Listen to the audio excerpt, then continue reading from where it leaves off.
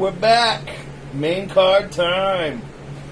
UFC 290. It's the big one. You're watching Battle Bros. I'm Danger. This is Ghost over here, all stuck in his phone. No, I'm kidding. He's just getting it tied up on the last feed we had, doing a little business on the tech side. So, main card has begun. We just bought it, purchased our pay-per-view. We are locked in, ready to go. The prelims were insane. Those were such good prelims. Seriously, like, I can't even, like... I actually haven't seen a better preliminary card in a long time, dude. All brutal action. Fucked on prelims here and there the last few cards. Up and down roller coaster rides. Yeah. You know, hit or miss. But this one, I mean, even like we were saying, there was like one fight that we were kind of like being like facetious about, I guess you could say. We were downplaying it, saying it was boring and shit, but actually it was just because the dude was dominating the other guy. I believe it was Petrino versus Proccio. I think that was his name. I couldn't remember. Yeah, Proccio. Yeah. So that was like a really like big domination on it, and mostly just like he got him to the ground and held him there, and he didn't get much out of it past that. That was it. When I think, how did he finish that? We didn't write it down. I think it was a decision or the fucking stoppage. No, he choked him out. He choked, yeah. That was a choke out. I believe it was he tapped out. Triangle. Because he had top. Yes, triangle. Yeah. Woo! The memory. Yeah. Yeah. So he had guard on it. He was in. Was he in full mount? At that point? Yeah. He would have been in full mount. Or was that the north-south? No, that was me. Yeah, it was the Benefield. Yeah. Yep. And then Alonzo Menafield, he beat Cameron. Yeah. Alonzo Menafield beat Jimmy Crute with a north-south. It was like a Darce choke. It was really ironic. No, it was a neck crank. And like they ran it back. It was a neck crank. Yep, that was a neck. It was just the angle that he had on it. Yeah, and his neck. He had him north south, but he flipped him around and then like kind of had him in the. Yeah. Oh, that's right. Yeah, that was crazy. It's been like a really like acrobatic almost. Like you don't see this much like reversals of like, you know, it just. Sometimes you just see a lot of lopsidedness. You'll see like grapplers that go against people that are not good grapplers, or you know, strikers that are not good strikers in per se. Tonight's been a lot of grappling, but it's been very high energy, explosive grappling, and most of it was featherweights anyways to begin with. But the light heavyweights that we were looking at, like again, Petrino and Proccio and Crute versus Manfield, both of those got really grapply, but they were really energetic grappling. It wasn't like, boo, you're hanging on the fence. Oh, boo, you're laying on the ground and not doing anything with it. These were guys that were reversing positions, transitioning positions, making attempts. So, you know, it was exciting grappling. So it's been a fun, you know, prelim so far. And I'm just hoping, for the sake of our night and paying for this pay-per-view tonight, that it's not going to turn into the curse. Which is, if you have a really good prelim, then you end up having like a shit show fucking, main card. And I honestly could not conceive that ever occurring. This main card, it's just too stacked. Yeah. It's too stacked. I don't even want to look at this prelim page anymore. It's over. It's over. It's done. We don't even need it. Yeah, it's KTFO, right? KTFO. So we're over here, main card now, and man, Lawler, he finished that shit up so sweet too. I can't get over that uppercut, man. That was a Lawler. That was like almost as cliche as you could get for a Lawler finish. Like way to finish your fucking career. He didn't go out like Cerrone. He didn't go out like, you know, oh man, yeah. like Masvidal. Like, what the fuck was that? Like, you know, man. Yeah. You know, what a career. What a finish. What a legend. What's John Anik telling us? We'll give you a little taste. Yeah. I think once in a while, Yeah, we'll turn it on a little. if it would turn up fast enough. Turn up. Look at turn up. Do it. This is a place to be tonight, and we're here. The energy in this place is unbelievable. I couldn't imagine being in Vegas right now. Oh my god. The energy in that T-Mobile Arena. You're already talking a place where, like, tons of people are there gambling with tons of money, and I don't know how many people that would fall into the bro dude category that would just be like, fights tonight? Let's go! I just won a whole bunch on the slots. Woo! Or whatever, blackjack, whatever your craps. Fucking name. I know, like, who Why named is that it- shit? Like, craps. Somebody tell us. That was a craps. shit name. Like, fucking craps. We'll throw some craps. This is a monkey came up with that. That was Throw so shit. awesome.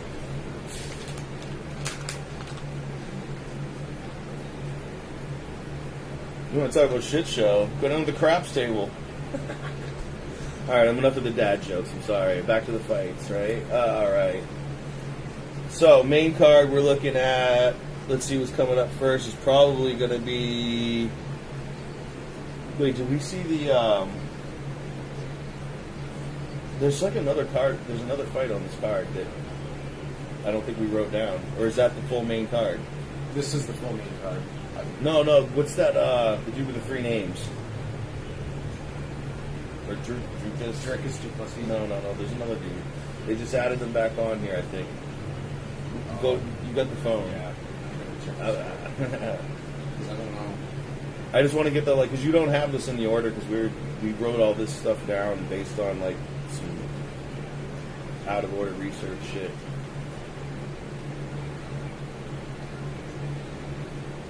It's too much for my Virgo organization here. You got me overwhelmed with your cluster. Oh man, Yair's them flip kicks and shit. I think he's gonna pay for that. I don't know. Like, actually, now that I'm thinking about it, I didn't think about this, right? Yair's doing like these like cartwheel kicks and flips and shit where he ends up on his ass, where he ends up on his back, and now he's quick and tries to go and like recover and get back up to his feet. But as a striker, as a boxer, you never want to give up your feet. You never want to give up your back. You never want to turn your back to an opponent. You protect yourself at all times. Getting up is the most vulnerable you're going to be in a striking situation. You know, and like when he's doing these flip kicks over at a guy who's short, fast, powerful as Volkanovski, I couldn't imagine him doing a front wheel kick at him and then Volkanovski just doing anything but just raining down punches on him before he could get up. Like, he's already fought a guy who's a wrestler. Like he's going to have the ability to explode, like, with that wrestling. Like, you can flip at him, even if he clips him. Even if he clips him on the way down, like, it's not going to be hard for Volk to pounce on you and be, dude, he's going to, I would not. That does kind of... And that scares me. With the kind of fucking energy they're going to have out there in fucking Las Vegas. Oh, shit, Mexico fucking fight week, and he's like, dude, he might be making a stupid mistake just trying to do his finesse shit. I don't know.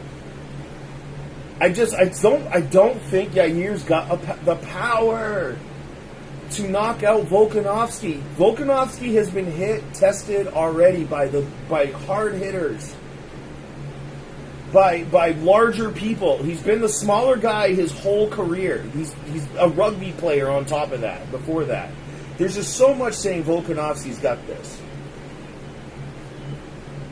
All right, I'm kind of repeating myself a little few times here with Volkanovski, so I'll get off that one for a minute until we get a little bit closer into that fight, and we'll be watching it as it goes. Unless you guys got some questions about it. What's this down here? That Lawler McDonald fight was something. Fucking dude, that fight. Like, if I ever tell somebody like what is like, what's UFC? Like, that's the fight. Yeah, that's the fight that you show them. You're like, you want to see fucking UFC? You show them that fight. Lawler, fucking McDonald. Fucking Lawler's lips hanging off. Just like, that's like, it's the most primal, brutal shit. Like, it's the image of a fighter. Yep. It's like you got Mike Tyson, and then for boxing, and then you got Robbie Lawler for MMA. Like, he's literally like, I think Lawler should have a statue carved of him. You know what I mean? Like, if you were to have a statue outside of the UFC like arena that was like, let's take the fighter and make a statue of a fighter that really like possesses the spirit of UFC and like MMA. Like, it's Robbie Lawler. Robbie Lawler. Fucking bronze statue, Robbie Lawler. 3 times his scale size, just fucking. So you gotta just look up at this beast, lip hanging off. Yeah, they gotta get the lip. They gotta have the lip. When they do it, they gotta get the little split, like just on with the lip just shredded. Just take a chisel, like at the end of the whole thing, man, and then just go ting, and then just pop out. And then a placard that has like etched into it, just like McCarthy asking him, "How you feeling, buddy?" Like in the 3rd round, and him going, "Fucking great." That's scary. I just love that. Like, fucking great, just lip hanging off, fucking great. Like, and he was so serious. Yeah. Dead ass. Like, man. Now put me back in. No, it was it, ready to go. Just one more round, him and McDonald. McDonald's the one you had to worry about. Yeah. They had, I'm glad they ended it when they did like that. It just was fucking dunzo. Blood. Okay, Blood. Here we go. First fucking fight on the main card is going to be Bo Nickel and Woodburn. This is the biggest spread you're going to see on the card for an underdog. 2,500 plus underdog. That means 200, like you put down $10 or something, I think you get 250. I'm not good at the odds. You can't like gamble it here in the state of Maine. I know, yeah. For fighting, unfortunately, at least on DraftKings. Yeah. I don't know what FanDuel or any of the other ones are. DraftKings is fun though. It's like a fantasy league kind of thing. Like you basically go, you pick 5 people, I think 5 or 6 people that you think are going to win a fight, and basically make like a playlist, and then you enter that playlist into like rooms with other people, and like you basically compete for points based on like significant strikes, control time, shit like that. They have it all broken down in brackets. It's pretty fun. You can't gamble here in the state of Maine on fights, unfortunately. You can't bet on fights, I should say. But DraftKings, again, it does do fantasy style sports, which is like more like online gaming. So it's like poker, shit like that. So you can actually get away with playing it in our state, and you can actually make really good winnings on it. And it works the same sense of picking fights, anyways. It's just it's a little funner because you're making a team, and your team has to win, not just your fighters. So it's kind of a really cool system to find out how to kind of play with, if anybody wants to play with that sometime. My friends with catered sisters. I just saw that too. Oh, man. Yeah, Cater's out of Boston, too. Man, that's cool you know Cater, dude. Yeah. Shit, maybe once we get this podcast going, we get Cater on here, man. Get you on here, too, man. Let's all get talking with Cater. Let's do it. I ain't no hater. I like Cater. Your Cater is dude, him and fucking, like, him and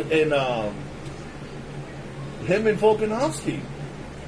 I'm telling you, that was such a crazy fight. And the sportsmanship of Volkanovski, man, at the end of that fight, Volk was, come on! Like, it wasn't like, come on, come at me. He saw Cater he saw him broke. He saw Cater kind of like cracking down. And it was the showman and this leadership, this such a fucking sportsman. The respect. Volkanovski's telling him, come on. You can do it. You got it. The fight's almost over. Let's finish this. Come on. He already knew he won the fight, but he made Kattar keep coming at it. And that, oh, man. No, Holloway did. No, Holloway. Isn't Holloway the one where Holloway was like smashing him and he was like looking the other way at Dana saying, I'm the greatest boxer in the UFC? And he's fucking hitting him, not even looking at him. He's looking away, talking to Dana. Kattar takes swings at him. He does this. And he goes, I'm the greatest fighter in the UFC. Whoop, bang! And hits him like 2 more times. That was Holloway Kattar, right?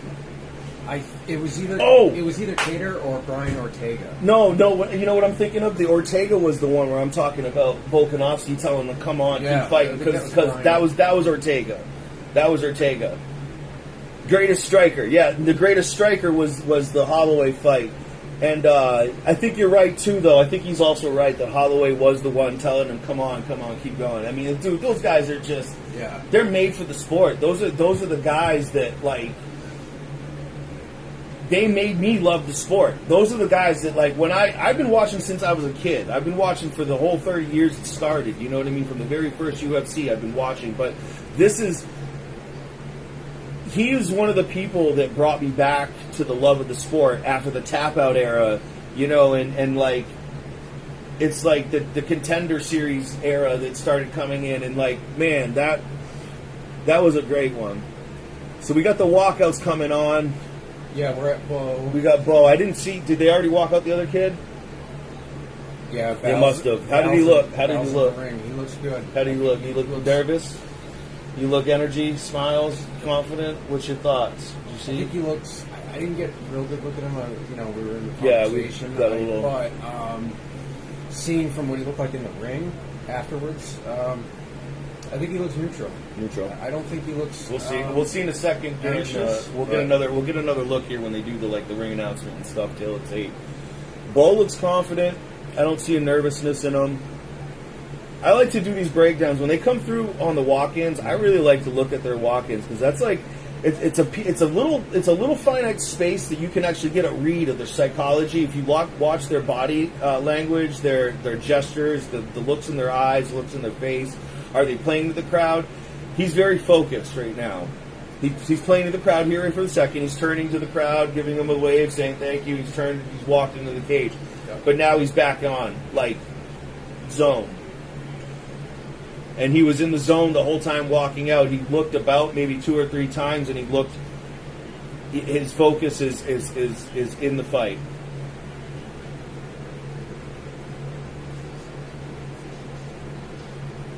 Yeah, I think definitely.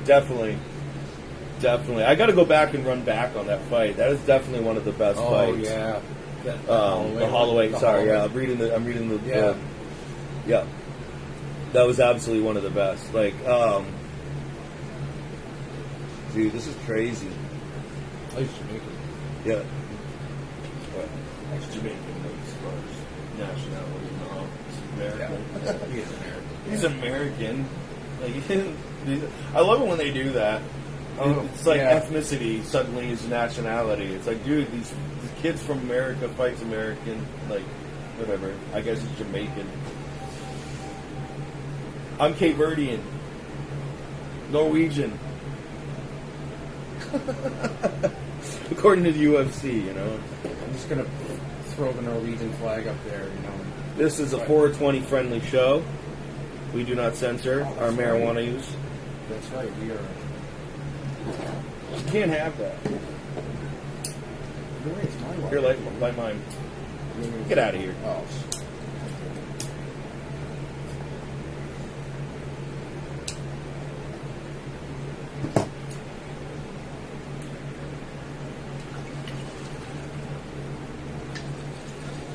Cheers.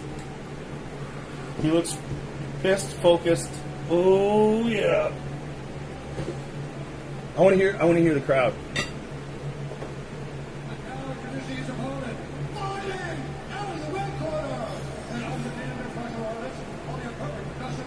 Oh, nickel.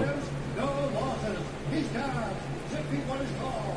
Weighing in at 186 pounds. Fighting out of State College, Pennsylvania.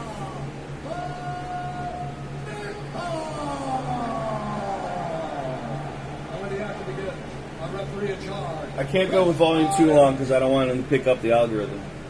Fucking cut my shit off. UFC suing me. Get that Dana White money on it. Yeah, we don't need that. He looks really serious. He looks very emotionally angry, though. Like, I think Woodburn looks a little like he's got that kind of angry intimidation face. Like, he thinks he's going to intimidate Bo, and I don't think that's necessarily a great thing. All right, fight's on. Let's do it. They are toe-to-toe. Bo is looking probably for a shoot. You don't watch this one. Yes. And neither one of them are engaging each other. Neither one are engaging. Bo just went for a right. There's the shoot. Didn't get it. No, Didn't get the shoot. He's looking for it. I think he's trying to do that overhand. So he's southpaw. So he's going left side overhand. And he got caught. Yeah. Second time. Okay, now they're catching each other. They're... Oh! Dude, Bo what? just knocked him out. Bo just knocked out Woodburn. Holy fuck. Bo is the phenom. KTFO. KTFO. Damn. Dude. Bo just knocked out the striker. He didn't even do the wrestling. Couldn't get it. Kids started fucking lighting up on him. Bo weren't having it. Bo answered back. They went fury to fury. He licked him in. And I can't. I need to see the replay to even register. Because I just didn't expect to see Bo it looked like a tangle in with him. Like, that was intense. When he went to he was comboing in that. I mean, they throw axes. They don't. Bo's not throwing jabs and straights. He's overhands, hooks, and uppercuts. He swims. There it is. Ooh. So he threw. So he's southpaw. Yep. So he threw kind of like a lead overhand and caught him, and he dazed him, and he got wobbled, and then he hits him with a straight right, and then he hit him with the uppercut, beating my table. Yeah, but that's just how good that was. Yeah, that was exciting. Yeah, that was exciting. So uppercut, and he goes for a really hard fucking lead overhand right diving down punch as he's landed on the ground. Luckily, he didn't hit it too hard. It was unnecessary. The kid was already out. Who was that? Herzog? No. Who's the referee? Well, either way, the ref stepped in and stopped it. Stoppage obviously was necessary. I can't remember. No, that's not Dan. Oh, it's that. I always forget. This is the guy that, That was a good fight. Yeah, it was. It's proof that Bo's rounded. He's grown more than just a wrestler. He can bang. Bo can bang. This is... He needs... I still see that he needs a little bit more of a test.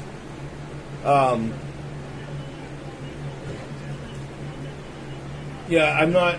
I don't want to... I kind of want to play the interviews and stuff, but I'm afraid of getting it caught because sound can be easily picked up and used as a copyright infringement. I figured that out as a DJ. So, yeah, that was insane. Bo Nickel in the first round, again with another finish in under a minute or a minute 02 or less. 4 times he's done it. Sorry, it looked like I'm staring at the screen. I'm looking at this card is wild right now. Wow, I don't even understand dude, this happening. Is so Bo Nickel, write her down. KTFO. KTFO. Wow. He earned it. This is an exciting card. Shit, I already made my money on the prelims. It's yeah. Just, you know what I mean? That was exciting. What next? So, we were talking about this earlier. What would be next for Bo Nickel? It's they're building a UFC fighter. They're building a superstar. It's something the UFC does. It's part of their program. It's part of how they've tried to use certain people to come in and rattle up divisions that get stagnated. You get these incidences of a dam at the top where you get these, where the cream has risen to the top. You've got literally the top 5, and they can't get past the champion, and then the top 5 just keep recycling around. It's like, and it gets boring because who do they fight? Who do they fight? Nobody can get past these 5 guys, and none of those 5 guys can get past the one guy at the top. So often what they'll do is they bring in somebody who's a specialist in something that they believe as matchmakers is going to cripple or be the weakness for that person at the top. But at the same time, they got to get through those 5 people, right?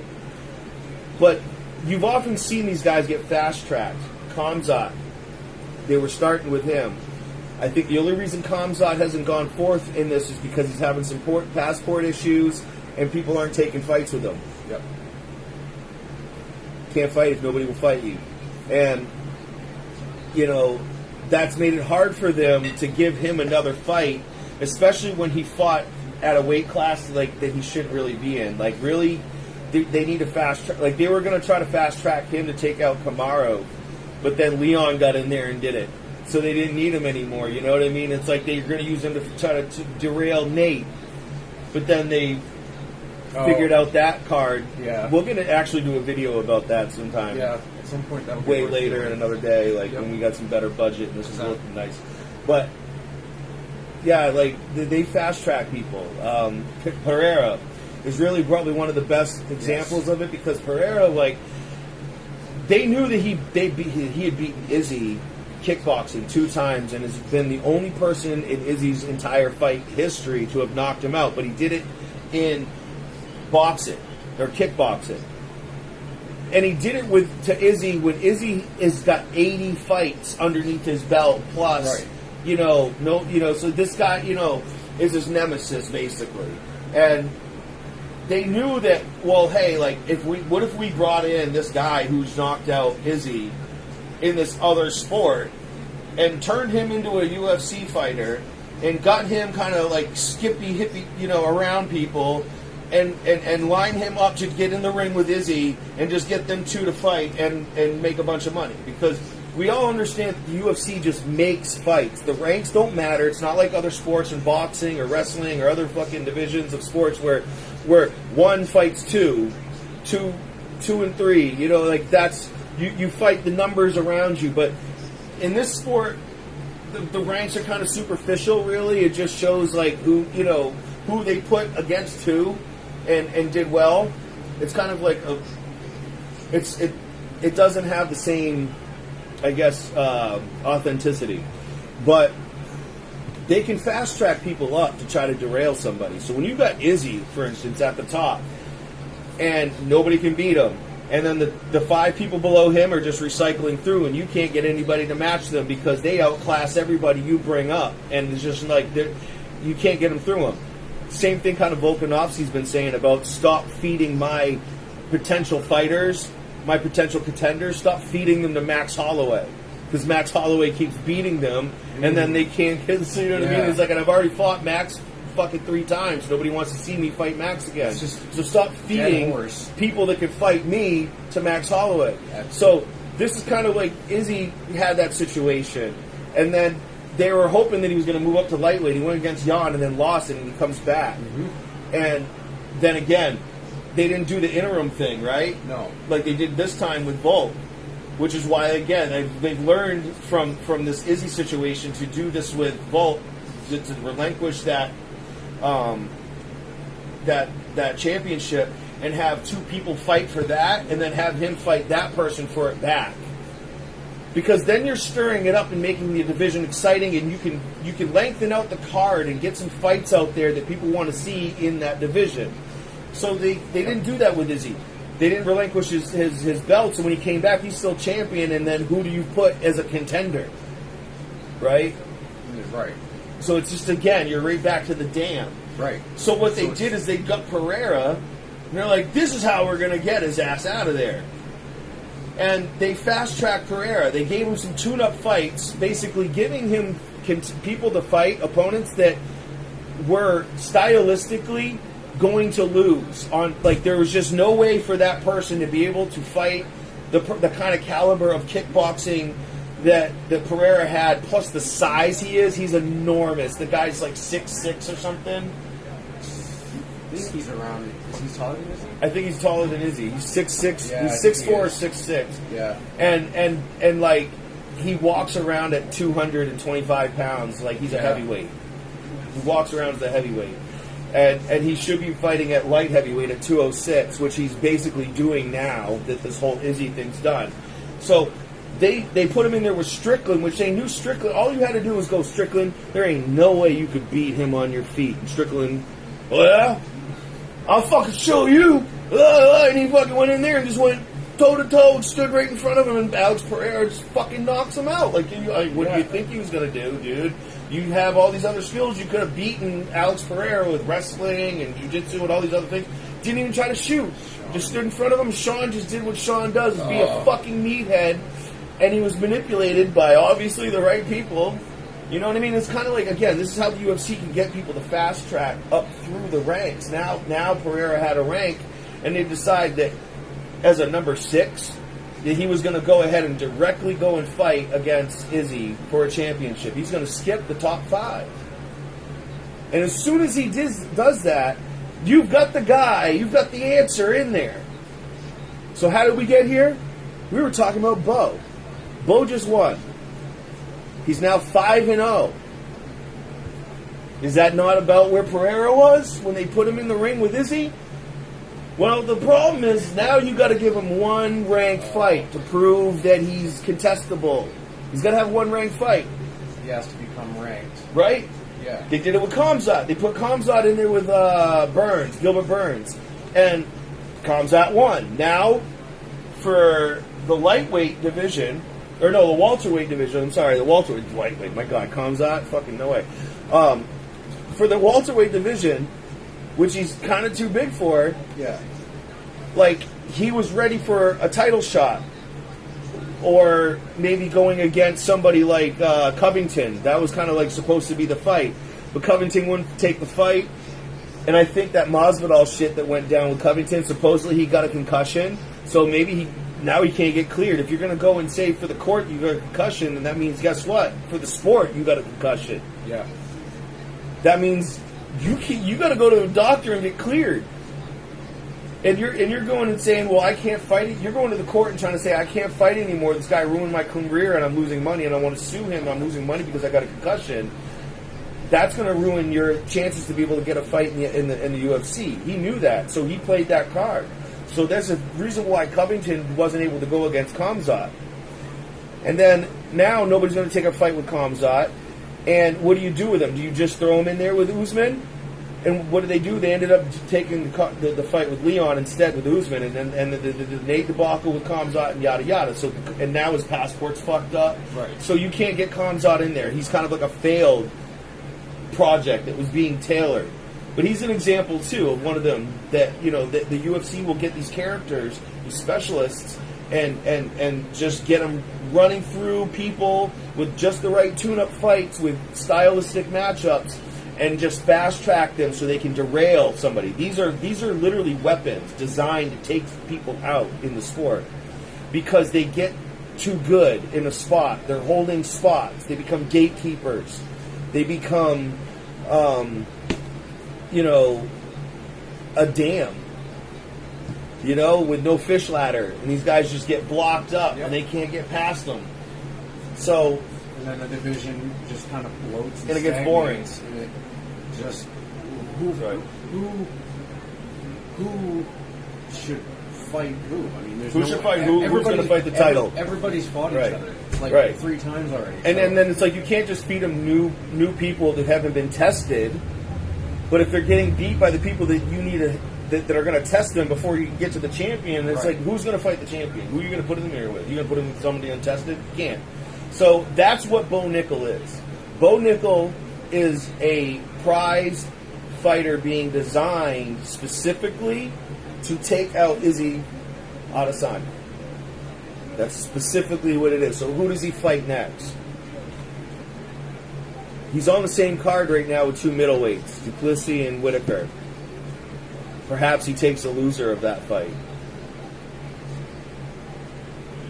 because the winner's going to get the title shot. I think that would probably be the match to decide it. Or you give him Brunson, Costa, Vettori, or Cannonier. But they're going to jump over anybody else. You got to jump right to top 5. No rank to top 5, just like they did in Kamzat. I like Brunson or Costa for that. I think Brunson would be good. Brunson, because it's putting a wrestler against a wrestler who's an MMA wrestler. So now he's just proving he can strike against a striker. Yeah. His wrestling's crazy. Do we want to know if he's going to be good? Well, going against Izzy is going to be the test. So really, that's putting him in there with another wrestler is just going to be like, who's the better wrestler? And we already know that he's a Division I wrestler. Do we need to test him in wrestling? It's been established. But we're trying to fast track him. Right. So it's really not about, is it about the test? Is it about, so that's, I don't want to be on the fence with this, but, so does the UFC care about the test in this situation, or do they just care about getting him in the ring with Izzy? I mean, they've still got to build him up, I think, personally. Yeah. So personally, I think for his sake, it should be a test if you want him to really be somebody who holds that position and is worth the hype that you're putting into him. Unless all you want is him to derail him and get somebody else in there. Yeah. And cycle it through. But, yeah, man, but at the same time, for the sake of the division, I mean, if they believe that Bo can beat Izzy right now, then you need to put him in there with somebody that he's gonna dominate out of the top 5. I think that would be somebody like Vettori or Costa, because those two are meatheads. Yeah, they're so. I love them so much, but they're a bunch of meatheads. Oh. And then Cannonier would be the ultimate, really real good test to put him in there with, because Cannonier can strike like a motherfucker, and I think of all the strikers out there, like Cannonier and Whitaker are the only 2 strikers that come close to being able to match aggressive striking and pressure.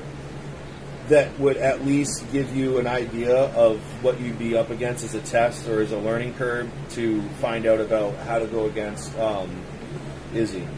Yeah. Because eventually that's his ultimate goal. Right. I mean, that's once you're ranked and you're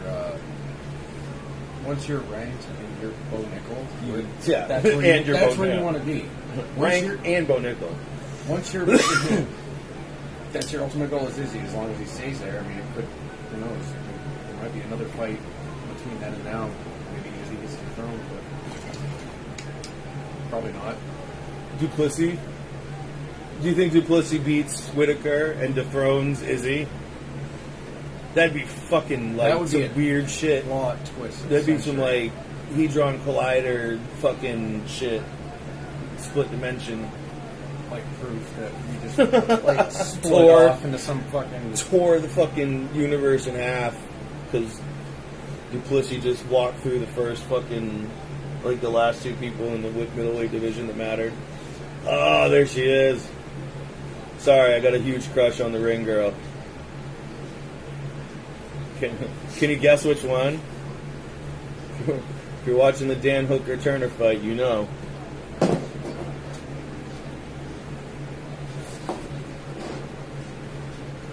Here we go. Turner versus Hooker. Come on, Hangman. A lot of people have Turner winning this. Hooker's looked old and fallen off. He's lost a lot going up and down different fight weights. I don't know. Right now they're dancing back and forth. A lot of lateral back and forth movement, feeling it out. Turner is a bigger fighter. He's tall as shit. 6'3", and Hooker's 5'11" or something, or 6'1", 6 foot. Turner, No, Hooker. Oh, Hooker, yeah.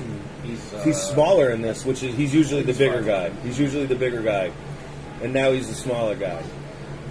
So, oh shit, cup kick. Oh, right to Turner's testes. I bet that'll turn you. Lose man. Dan Hooker just hooker stomped Turner in the balls.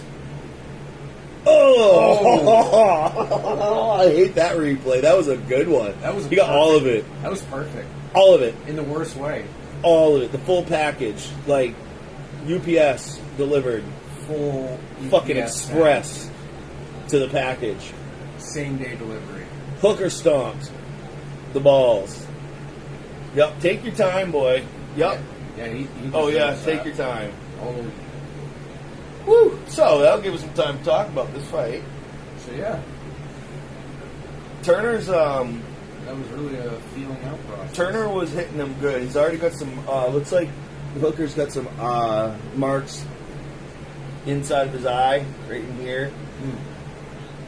I think it was looking like Hooker was getting a little bit of the worst of the exchanges that they were kind of starting to warm up to. Little leg kicks going on right now, back and forth with leg kicks.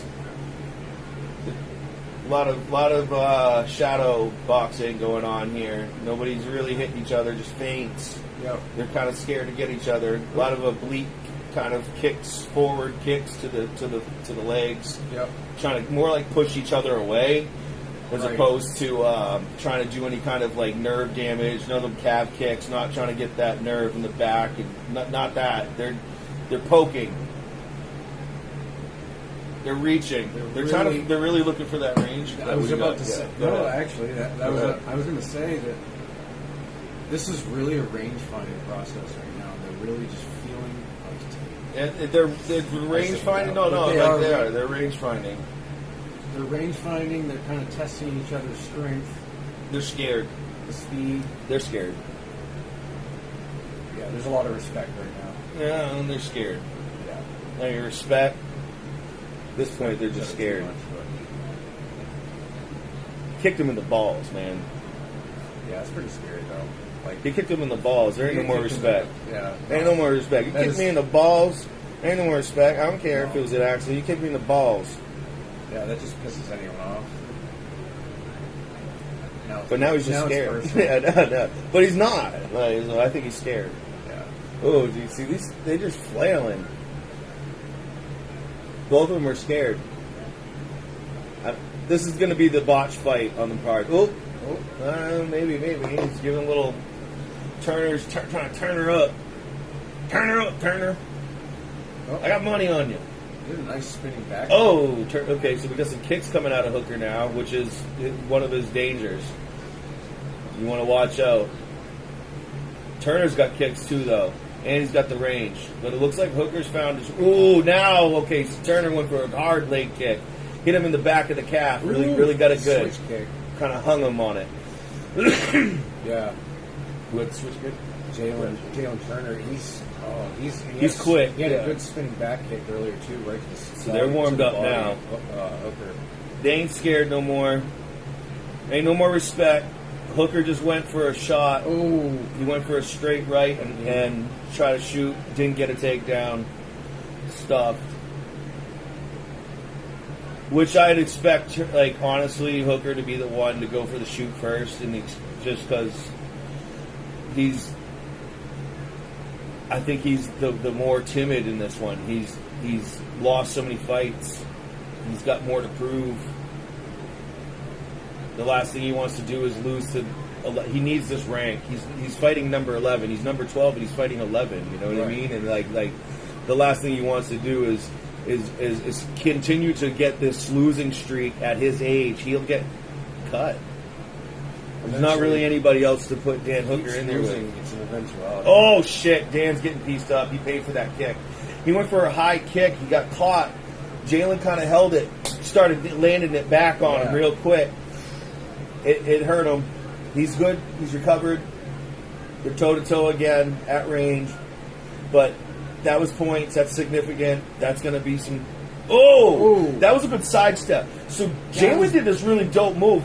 He laterally moved to the side, but then struck with his left hand. So basically, it's almost like going into southpaw and making your strike now a power shot. It was a beautiful counter strike to what he was doing. That was and there he goes with the straight right, straight left. He's piecing up to Hooker. Hooker's falling off. This is the curve you always see Hooker do. End of the first round. That's not a good. That's not a good end for Hooker. He lost that round. Hooker lost that round. Hands down. Hands down. Hooker just lost that round. We'll see what he does in this next round. Jalen, that counter strike from Jalen Turner, that is one of my most favorite movements, and I didn't even know it. When I saw it though, it was so cool. And when you explained it to me, I realized it was something he actually had taught me about footwork, and then moving on from the outside, and then changing stances, and then you don't want to stand in front of your opponent. No, you do not want to stand in front of your opponent. And as they're coming forward, instead of moving backwards with them, you can move to the side. Now I stand in this stance, right? Now, if I sidestep over here, I take a long step in this direction, I can now move myself this way and power strike, and they're standing in front of me looking this way. I've moved myself to their side. And that's what he did in that move. And it's a perfect move because now he's trying to hit him. He's hitting, and he's moved here, he's open. He's getting caught in the direction that's going to make your head snap. That dazes you. That's a beautiful execution of a strike on a counter at that. He weaved it. He slipped. Didn't even get hit. Pow! And then he followed up. He didn't just sit there and fucking pose. He hit him and followed him up with a couple more tune-ups. Beautiful ball. Staggered him back. Beautiful example of ball. Here we go. Round 2's back. Hooker's taking it again. He keeps eating those, and the damage is going to end up. It's going to pile up for Dan if he doesn't keep blocking those shots. I don't think he can figure him out. I don't think he can figure out you see how he sidestepped? He tried to do that too. He did a little, Dan Hooker tried to almost imitate his version of that sidestep. It didn't work. No, and then said he got a body kick because of it. He is putting. It sucks because you can see he's really putting on good pressure, but Jalen is he's just slipping him. Yeah, he's quick. He's got the reflex. That twitch is there. No, it's outside kicks. Yeah. Everything everything Hooker's throwing, Jalen's answering back with more, 1-2.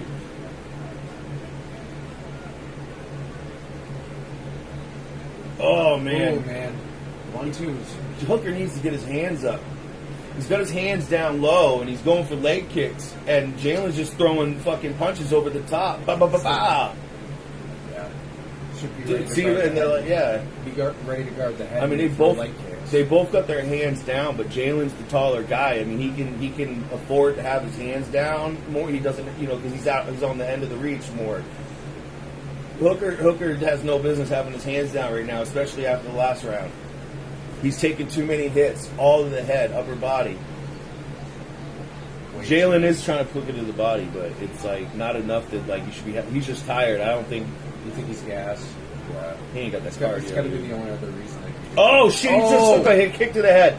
That's why. Hooker just took a hard kick to the head right now. Roundhouse. He's got such recovery, man. He went right straight to a clinch. But Jalen's fucking him up in the clinch, throwing knees, pushing him out of the clinch. Now he's just throwing straights, rights, combos. Hooker's just getting eaten up. He's grabbing the kicks, at least. Yeah. He's bloodied up. He's busted wide the fuck open. Oh my God, Dan. Hanging on for dear life. Yeah. He's turning that fresh blonde hair fucking red. I was just looking at his face too. He just went from Oliveira to fucking Canelo. It means ginger in Spanish for all y'all non-Spanish speaking people here on Mexican Fight Week.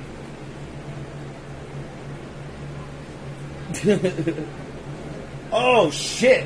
Hooker throws a nice straight, but he gets answered right back by Jalen. It was an even. Man, even they're trading. They're trading, but Jalen is getting the most of Hooker this whole time. Jalen is the better man in this.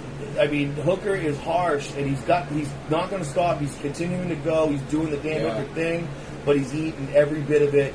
And Jalen's just able to slip enough on each one. It ain't matter. He's taking 2 right there, though. Holy shit, as I say that. But, like, for the most part, Hooker really is only, every time he makes one step, he takes 2 steps back. In this fight, I think, so far. Volume. Turner's got volume. Yeah. Way more volume. And that's what's adding up fast. and it's the damage. Look at the damage on fucking Hooker's wearing fucking war paint. Damn, that's a nice fury though. Okay, so Hooker comes in swimming a few, pushing him back. He's got him on the cage right now. Hooker's got Jalen on the cage, and he's not stopping, dude. He knows Holy fucking, he's not stopping. He knows what he has to do. He's still pushing. He's still pushing. He's still punching. He's still punching, dude. He's not stopping. He's picking his shots. Jalen's like, back at him. These guys are fucking showboating, going in it right now, dude. They are fucking mauling each other. Jalen goes for the knee. Paying attention because of this. Jalen for their knee, and he falls back. Hooker goes down on top of him. Hooker's got his back. It looks like side.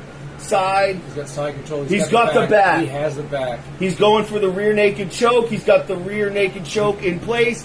Jalen's on his back. He's giving up, dude. It's over. Dan Hooker just won. It didn't even look like he had it. Dan Hooker just fucking won. He needed that so bad. Dan Hooker just saved his fucking career. That was beautiful. And Dan Hooker just made a lot of people who were smart enough to fucking take him as an underdog and take one single last chance on him, just made him some money. Yeah. Tonight's an undercard night. This is beautiful. I love this one. This card's wonderful. Dude, that was... Well, he was favorite, I think. I think he was favorite, but damn, no. That head kick. No, so wait, no, Dan was underdog, I think. Damn. Who do we have in here? We didn't even write him in. Who's the other one we didn't put down? I knew we were missing something on here. I knew it like a little dot my eyes. And we'll write it in now. So we have it for tomorrow when we do our business. Wow. So Dan Hooker just saves his career. But it didn't even look like he had it really sunk into the neck very much. I mean, he's tired, dude. He didn't even tap, did he? No. That was the end of the round. Oh! There was no tap. I need to stop fucking doing that. It's twice in this fucking one. Learning curve. We'll get better. Yeah. That's alright. Yeah. So they're going for a third round, and they're smashing each other's faces on the fence again. Holy shit, this fight is insane. Just when you thought it was good, it's getting better. Jalen is still kind of controlling it. He's in the center. Hooker was on the outside. They just switched, as I said that. Now they're just they're going back to the middle, standing toe to toe. Hooker's working the body. That's good. I think that's what he needs to do. He needs to focus on the body. Stop headhunting. Hooker he needs to put some leg kicks into Jalen's body. There we go. That punch was nice. He's like Hooker's looking good right about now. Yeah. Yeah, he is. He's confident. Yeah. And Jalen's looking hurt. Jalen's looking tired. He's wanting out. Yeah. His posture, he's not engaging. He's stepping back. He's taking breaths. He wants a break. He's reaching.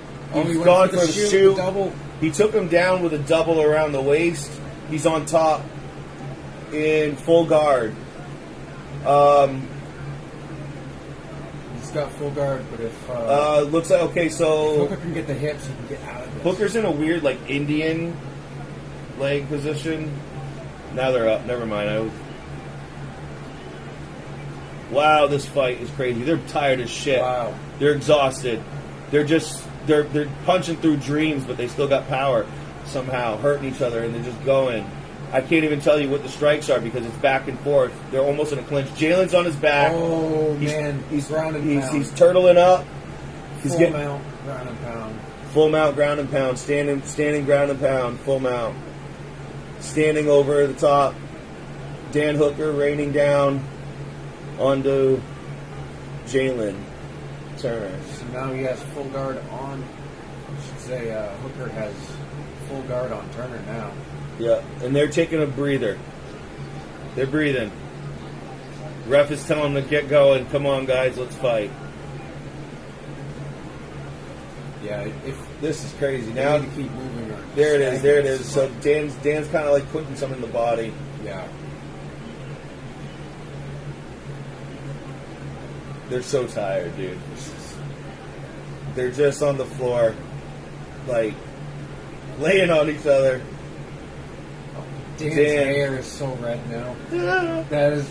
That's So Dan Hooker dyed his hair platinum blonde Yeah. before this fight, and in the first round, his nose gets blown the fuck open. His hair's like just fucking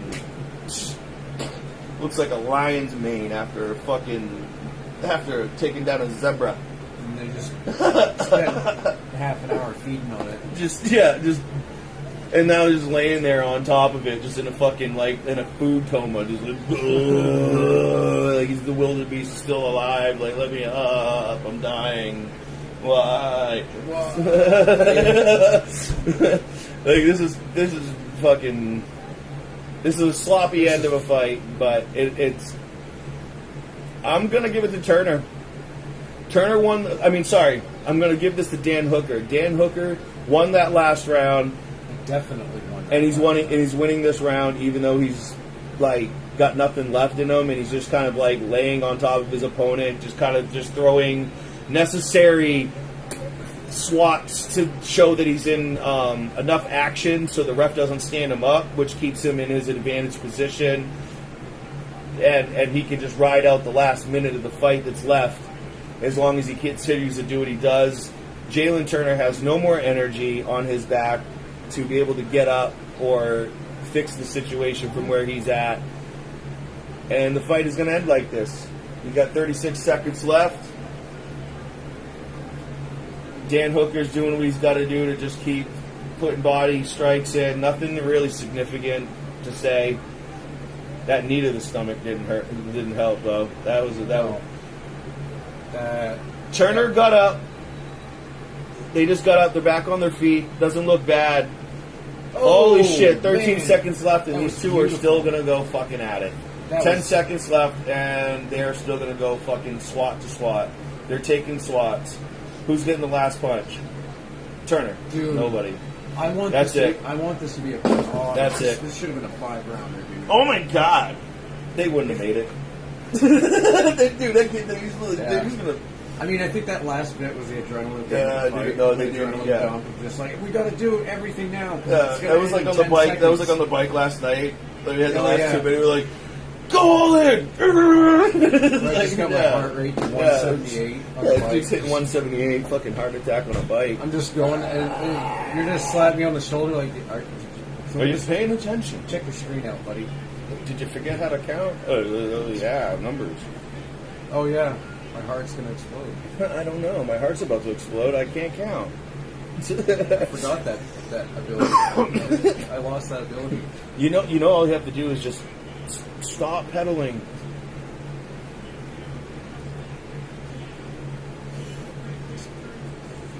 Very straightforward concept. Yeah, it's very basic.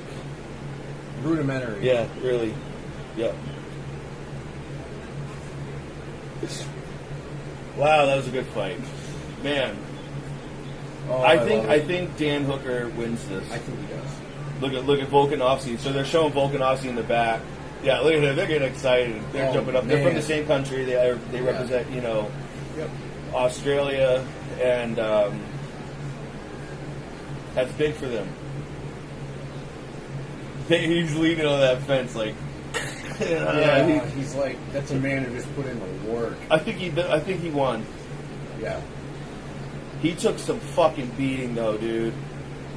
That brow is chopped wide the open. His whole brow, right across here, is cut open as wide as my lighter.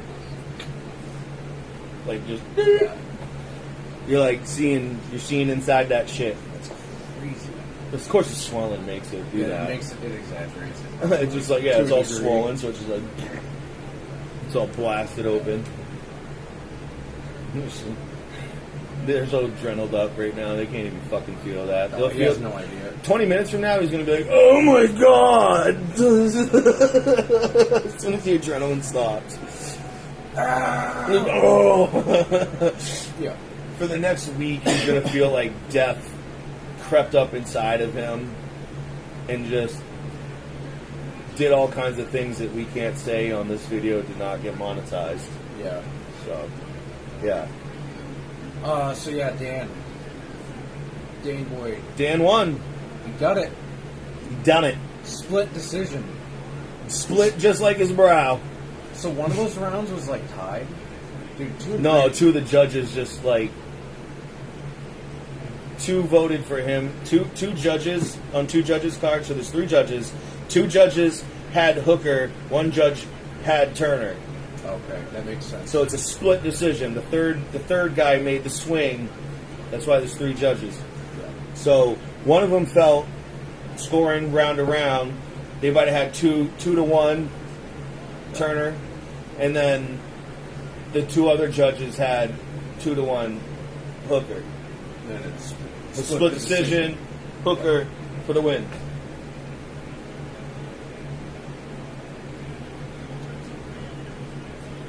He's so right. And if that's it, I mean, if there's anything that y'all need to learn from this, when you're in Vegas, you always bet on a hooker.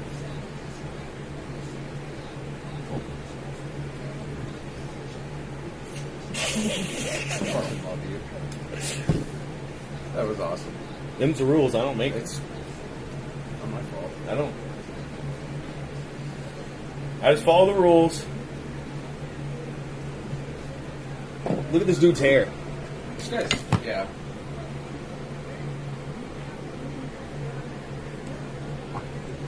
Oh no, it's Denver Nuggets. You're gonna get the camera.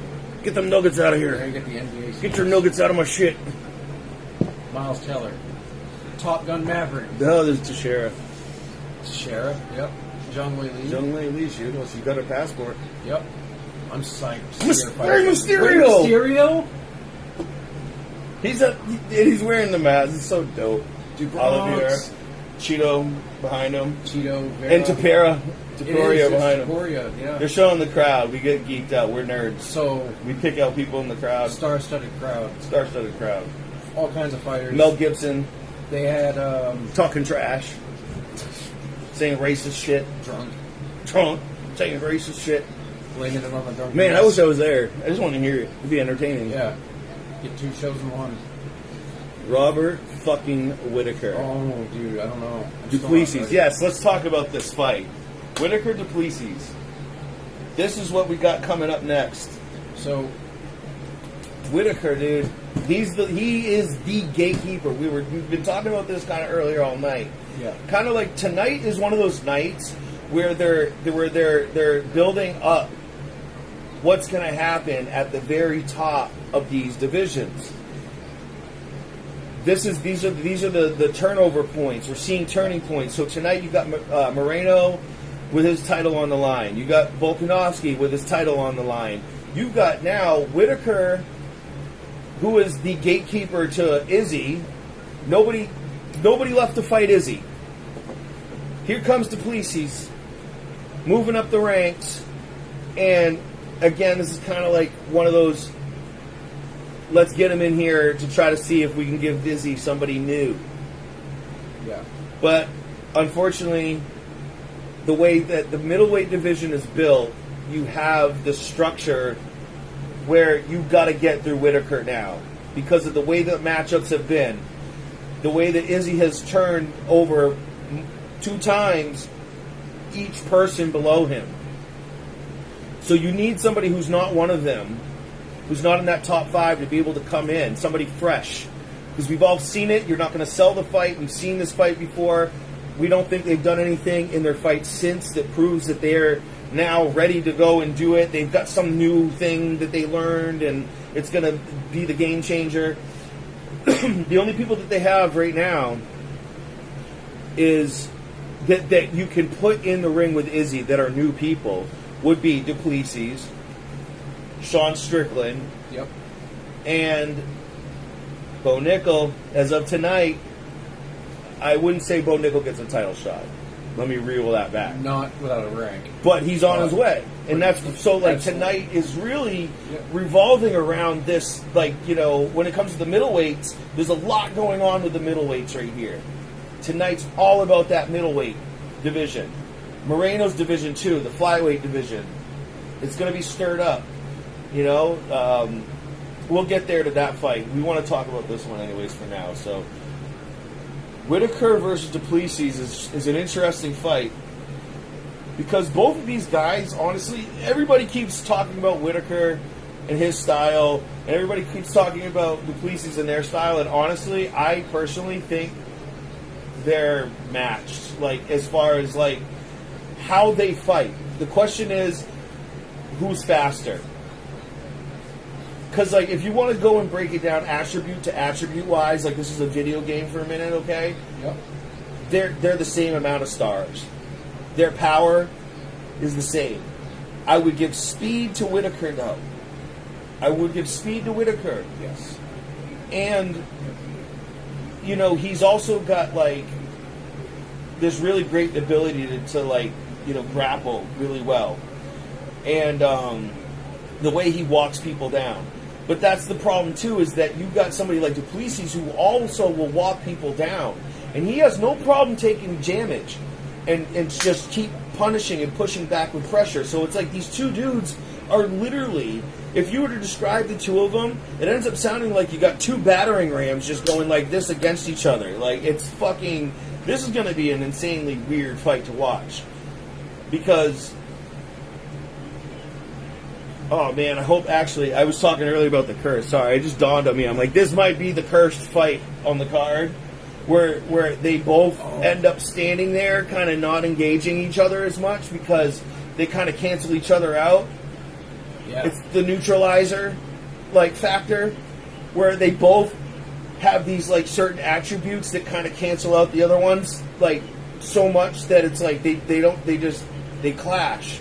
And not in the way you want to see a clash. You know, you want to see them clash, you want to see them bang, but this is like they clash in a way where it's like this.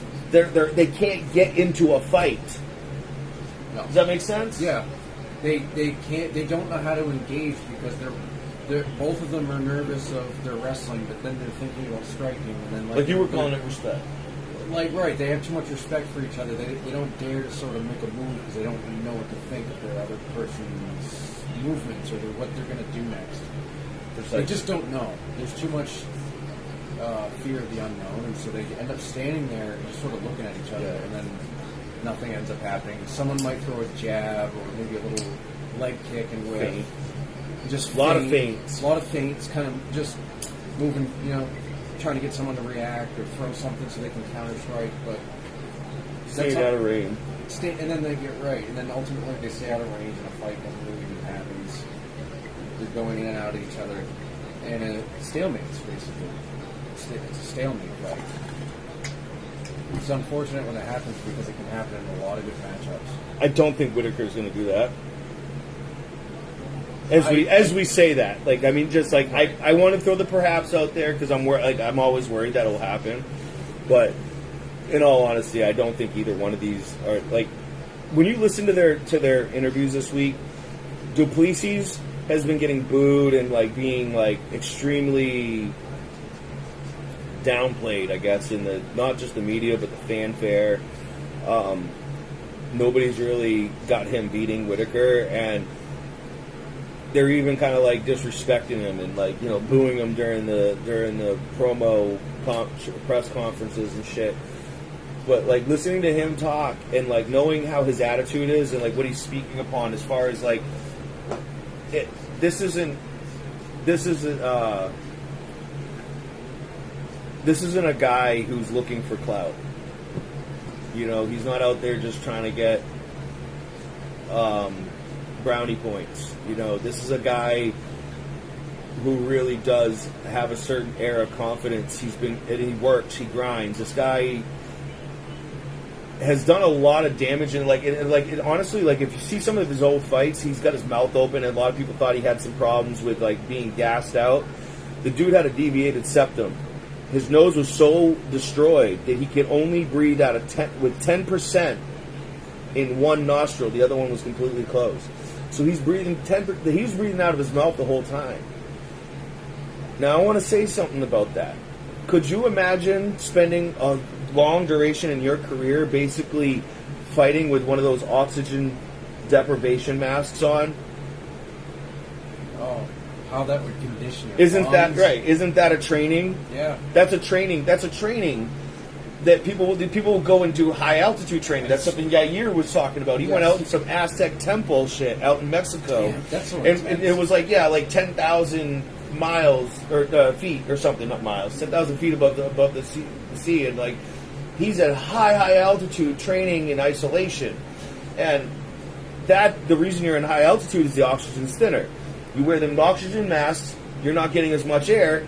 It basically forces you to condition yourself to be able to go at a higher rate with less oxygen. Your conditioning, your actual ability to go for a longer distance, your stamina builds up. You're able to be deprived of oxygen, which is something your brain and muscles need in order to push. So when you deprive that and you train at high intensity for a long period of time, and then you remove that, and then you get into the ring and start fighting, you are moving faster. You now are getting oxygen. It's like now somebody putting an oxygen mask on you and you running, with oxygen. Like, it's just like you're being fed the shit that literally it's almost like a self-made PED to go and do like oxygen deprivation or high altitude training, because you're basically creating a way for your body to work at a higher level once you take that off. So now imagine a guy, like I just described, Duplessis had a broken nose so bad for a long period of time that he's had 10% of oxygen coming out of one nostril. Every single one of his fights, he looks like this. Everybody thinks he's tired. And he's learned to breathe through his mouth that whole time. He's fought at that level that whole time. Now he's going to fight. He's fixed it. That's where I got to get to. I've been beating that dead horse, right? He got it fixed. He's breathing fine. 100%. 100%. Yep. Now he's got an oxygen tank on. This is a whole different animal now. He looks charged. He looks excited. He looks very energetic, happy. I do not see any nervousness. I see I'm here. We're here. This is a good sign for Duplessis. He's sure and he's ready for this. This is a smart guy. He's very intelligent. When he speaks, he's articulated. He's got a good fight IQ, despite some of the things you've seen in his fights. He's a risk taker. Yep. You could sit there and say all you want if that's a bad thing, but at the end of the day, look where he is. Look where he is. He's got a rank. He's got a title on the way, and he's sitting there going against the number one contender in the middleweight division, about to get his chance to be the contender for the title against Izzy Adesanya and be the one to dethrone him, possibly. Still got faith in Izzy. Yeah. I don't think Duplessis got Izzy. No. But beating Whitaker would definitely make a big game changer. It would definitely be a preparation for Izzy. But I don't know what you could do to prepare for Izzy. Yeah. He's a style bender. He will make you fight his fight. He will take your fight away from you. And he will pick you apart. And he will make you waste your time. Yep. While he pieces you the fuck up. Breaking you down, picking you apart. Coming from all these weird angles and directions while he slips everything you throw at him and demoralizes you. And he's a master of setting you up for shit too. I mean, oh yeah, just the setup, the setups that he like tricks you into. You can see it happen. If you ever go back and watch him and you understand what those setups are, it's like you could just literally watch him throwing certain things, seeing how the person reacted, and then him throw it feints and then get him to do something, and then finally do it one more time, make him do that thing, Yeah. and they pay for it because he had an answer for them doing that. And he made him do that. He made him walk into it. Oh, I know, every time I do this, you come walking in at me with this strike. All right, well, I'm going to do it one more time. But this time I'm going to make it, I'm just going to do it just enough to make you think I'm going to do it. I'm going to get you to come in with it, and then I'm going to hit you with that thing that I knew I was going to get past you with. The elbow, whatever. He's just slipped. He knows angles. You know, it's one of the, you know, there's a thing when adrenaline hits, and people like him, you know, a lot of strikers, I mean, this thing with me, like time slows down in your mind when the adrenaline kicks in, and you have this ability to kind of move almost faster than you're thinking. Yeah. and things are like, or like you're thinking faster than like even things are moving at you. You know what I mean? Like you're thinking at a rate of a computer. Adrenaline literally kicks in, and you're just like you're on this digital wavelength. Like your mind is sitting there, like analyzing at such a quick level all these different things, that possibilities like come from any direction, and your constant movements. You know, trying to keep them off guard. You know, Izzy's crazy, man. Yep. That guy's a fucking wizard. Duplessis, though. The matchup here, he's 6'1", so he's got an inch, and he's got 2.5 inch reach over Whitaker. Man, Bobby Knuckles. Robert Whitaker, Bobby Knuckles. Yep. Bobby fucking Knuckles. That one froze up. Yeah.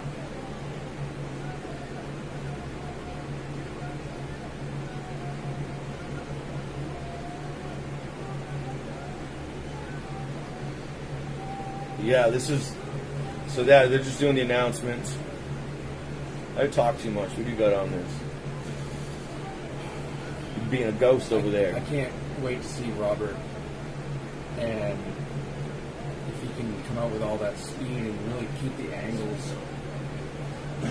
I really can't wait to see Robert just try to like get in there and try to quickly find those different angles that Duplessis just doesn't really expect.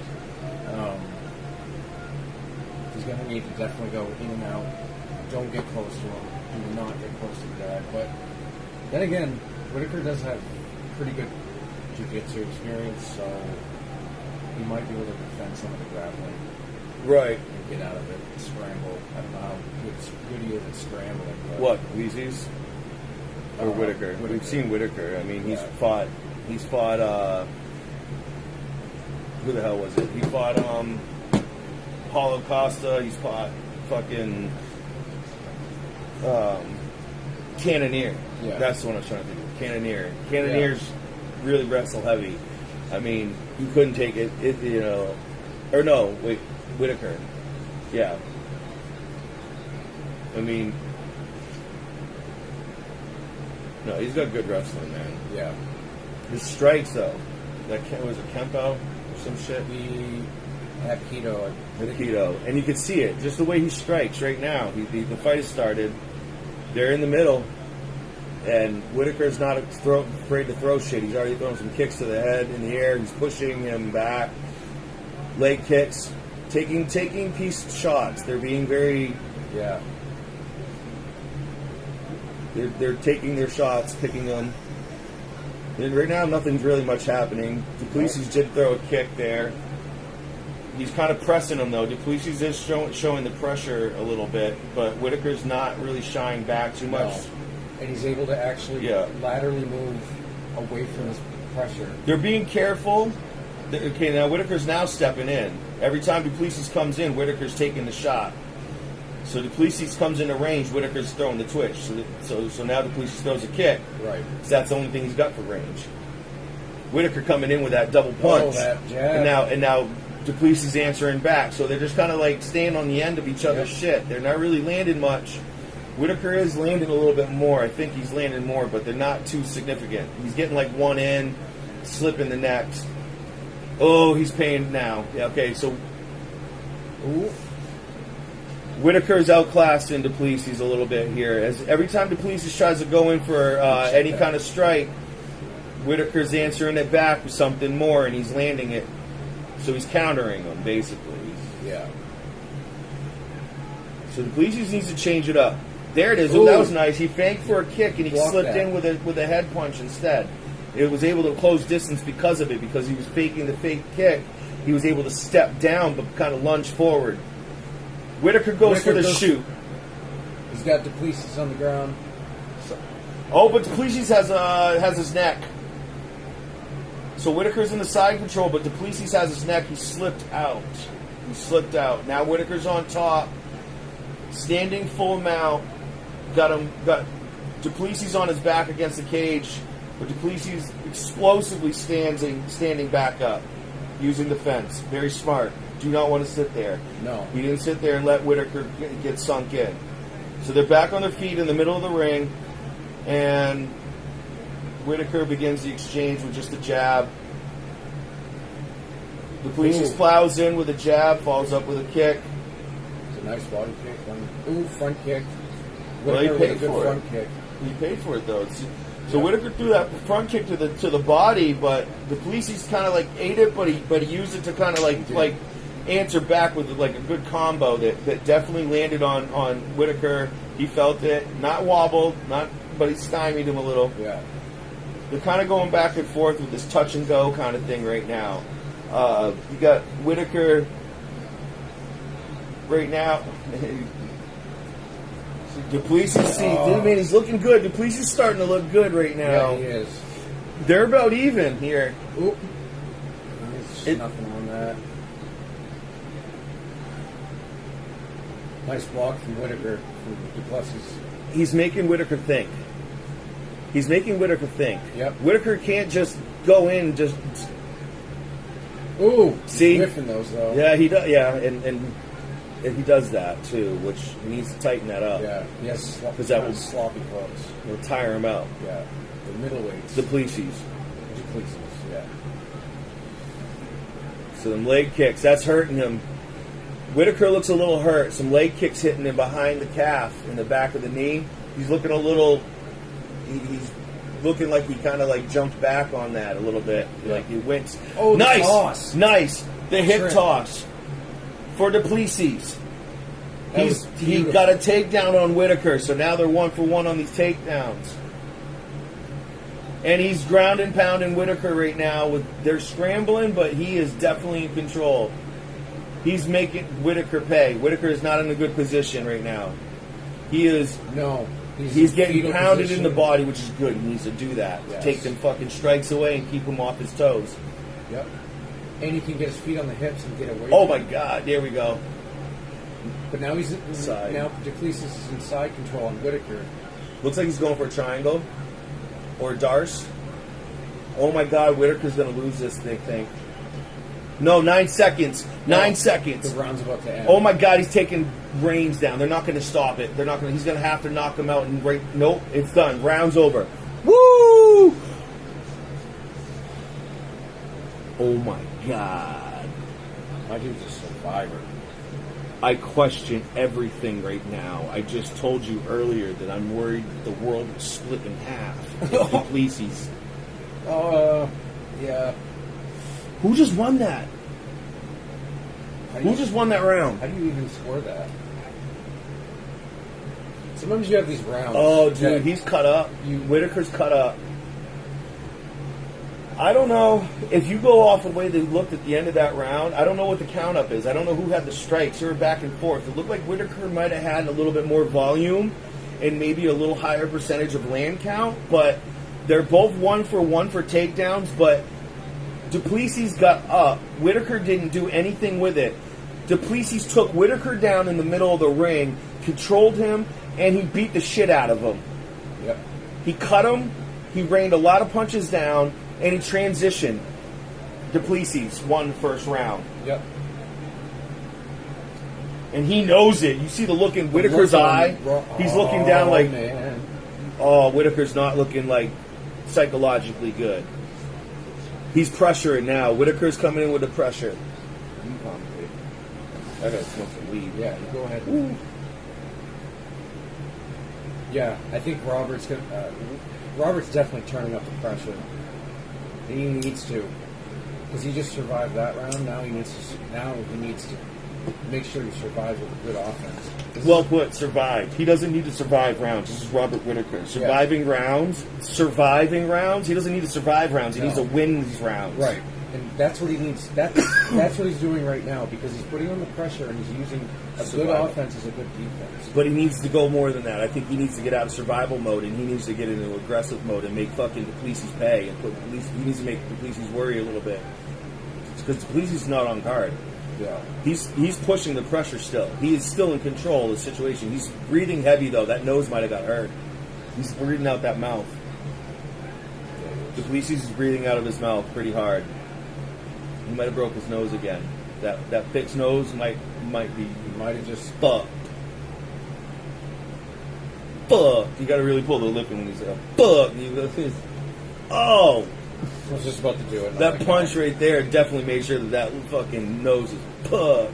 Pucked. You know, Pucked. Oh shit! Whittaker coming back with them fucking ninja kicks he got. Duplessis working the body with kicks coming back. There he goes. He's piecing him to the body, which is good. Yeah. He needs to keep working the body because Whittaker's. He needs to keep snapping those kicks definitely into the liver. Whittaker looks straight really into hurt. the liver. Whittaker looks really hurt. That was nice boxing though. Yeah. I think okay, so Duplessis is really walking like Whittaker down, which is not a good look. No, it's not. Lateral. Keep moving. Oh shit, he staggered him.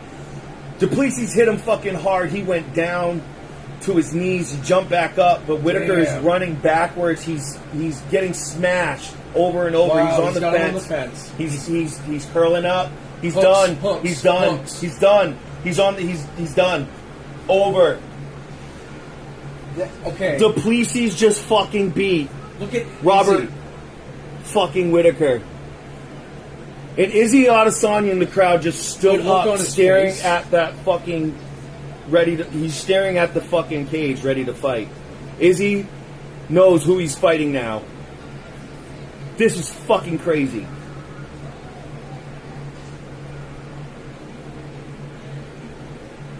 There's going to be a war for Africa.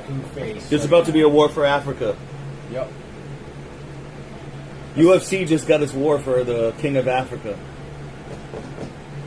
For all you that don't know, Israel Adesanya, even though he is from living in New Zealand, he's from Nigeria. Born, native. And Duplessis is a South African. And there is some drama between these two. There's been some words online, some real cringe things that were said between even both of them. Stuff I can't even repeat on here. Yeah. It's racist stuff between the two of them. Being that Izzy is an African native and a black African native at that, and Duplessis is a white South African native, Dutch descent. And there was some word shot between the two of them online, publicly, about the authenticity of their Africanness. We'll leave it at that. And it looks like they're going to have to hash this one out now. For real. It's almost like this is one of those fake fights. It fucking manifests itself. Yeah. It's so, like... Wow, he fucking dominated him down, dude, in that. And he demoralized. He made Whittaker curled up against the cage while Duplessis was just fucking... Like, he beat him down. He beat him down. Duplessis is on his way to fight fucking Israel Adesanya, and I'm pretty sure that Israel is going to ask to fight him. I don't think there's any choice in this. There is no Bo Nickel getting to fight Duplessis or whatever. No, sorry, Bo. Bo's got to fight Whittaker. Yeah. That's what I want to see now. Bo versus Whittaker. Actually, Bo just won really quick, so he's going to be ready to fight again immediately. So Bo should probably go against, like, again, Cannonier or Strickland. Maybe Strickland. I think Strickland looks better. I think it would. on setting him up to beat somebody and be like he beat a striker, and now let's see him against Izzy. Yeah. It's like just the right recipe. Yeah. And now that everybody was talking about Strickland Adesanya up until right now, Duplessis just won. No discussion, no argument. Tomorrow I'm going to be on all the message boards and I'm going to be fighting with a whole bunch of motherfuckers and I don't give a fuck. They're all wrong. I'm right. But for real, like, dude, like, this is the fight now. Duplessis is going to fight Israel. Israel's out in the crowd, literally frothing at the mouth. He wants to go in there right now and actually just fight, probably. His belly's empty. And he's just fucking hungry to eat this motherfucker right here. It's the only craving he has now. He's not taking a fight with Strickland. No. Strickland needs somebody to fight next. Bo needs somebody to fight next to give him some rank. I think Strickland's the fight for Bo. And Duplessis is 100% fighting Israel Adesanya in the next 6 months.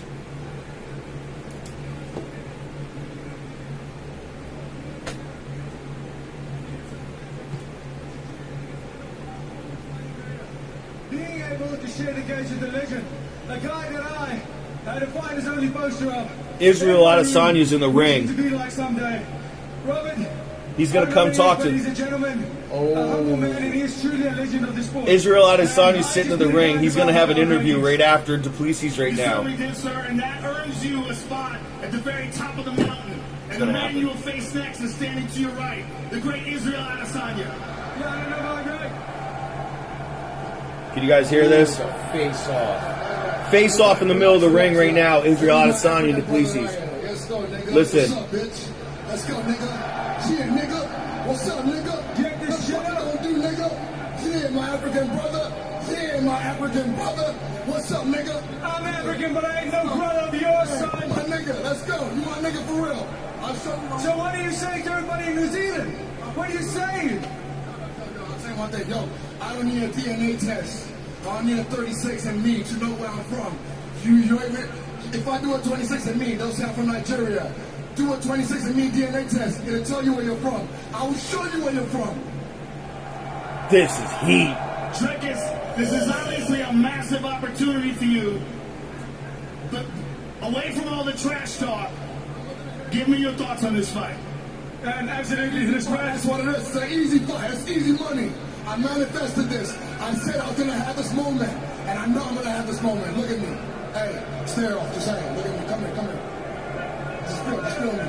Feel me. Oh, shit. Duplessis turned around on that face-off. Oh, man, that's Not a good look. Congratulations to Trickus The optics to that Duplessis. are not good. Well, I guess at this point we can say UFC 293. That Adesanya got heated. Oh my fuck, bro. What did I tell you? What did I all just man, I just told you these guys got into it, right? Talking about race, being from Africa. Duplessis, a white guy from South Africa, and Israel Adesanya, a New Zealander national who's from Nigeria, born and raised, Africa. So this is going to be the fight of Africa. These two have made it about it. That's what it's going to be. It's not going to stop now. It's out there. Whether or not they decide to not make it about that anymore, guess who is? Everybody else in the crowd.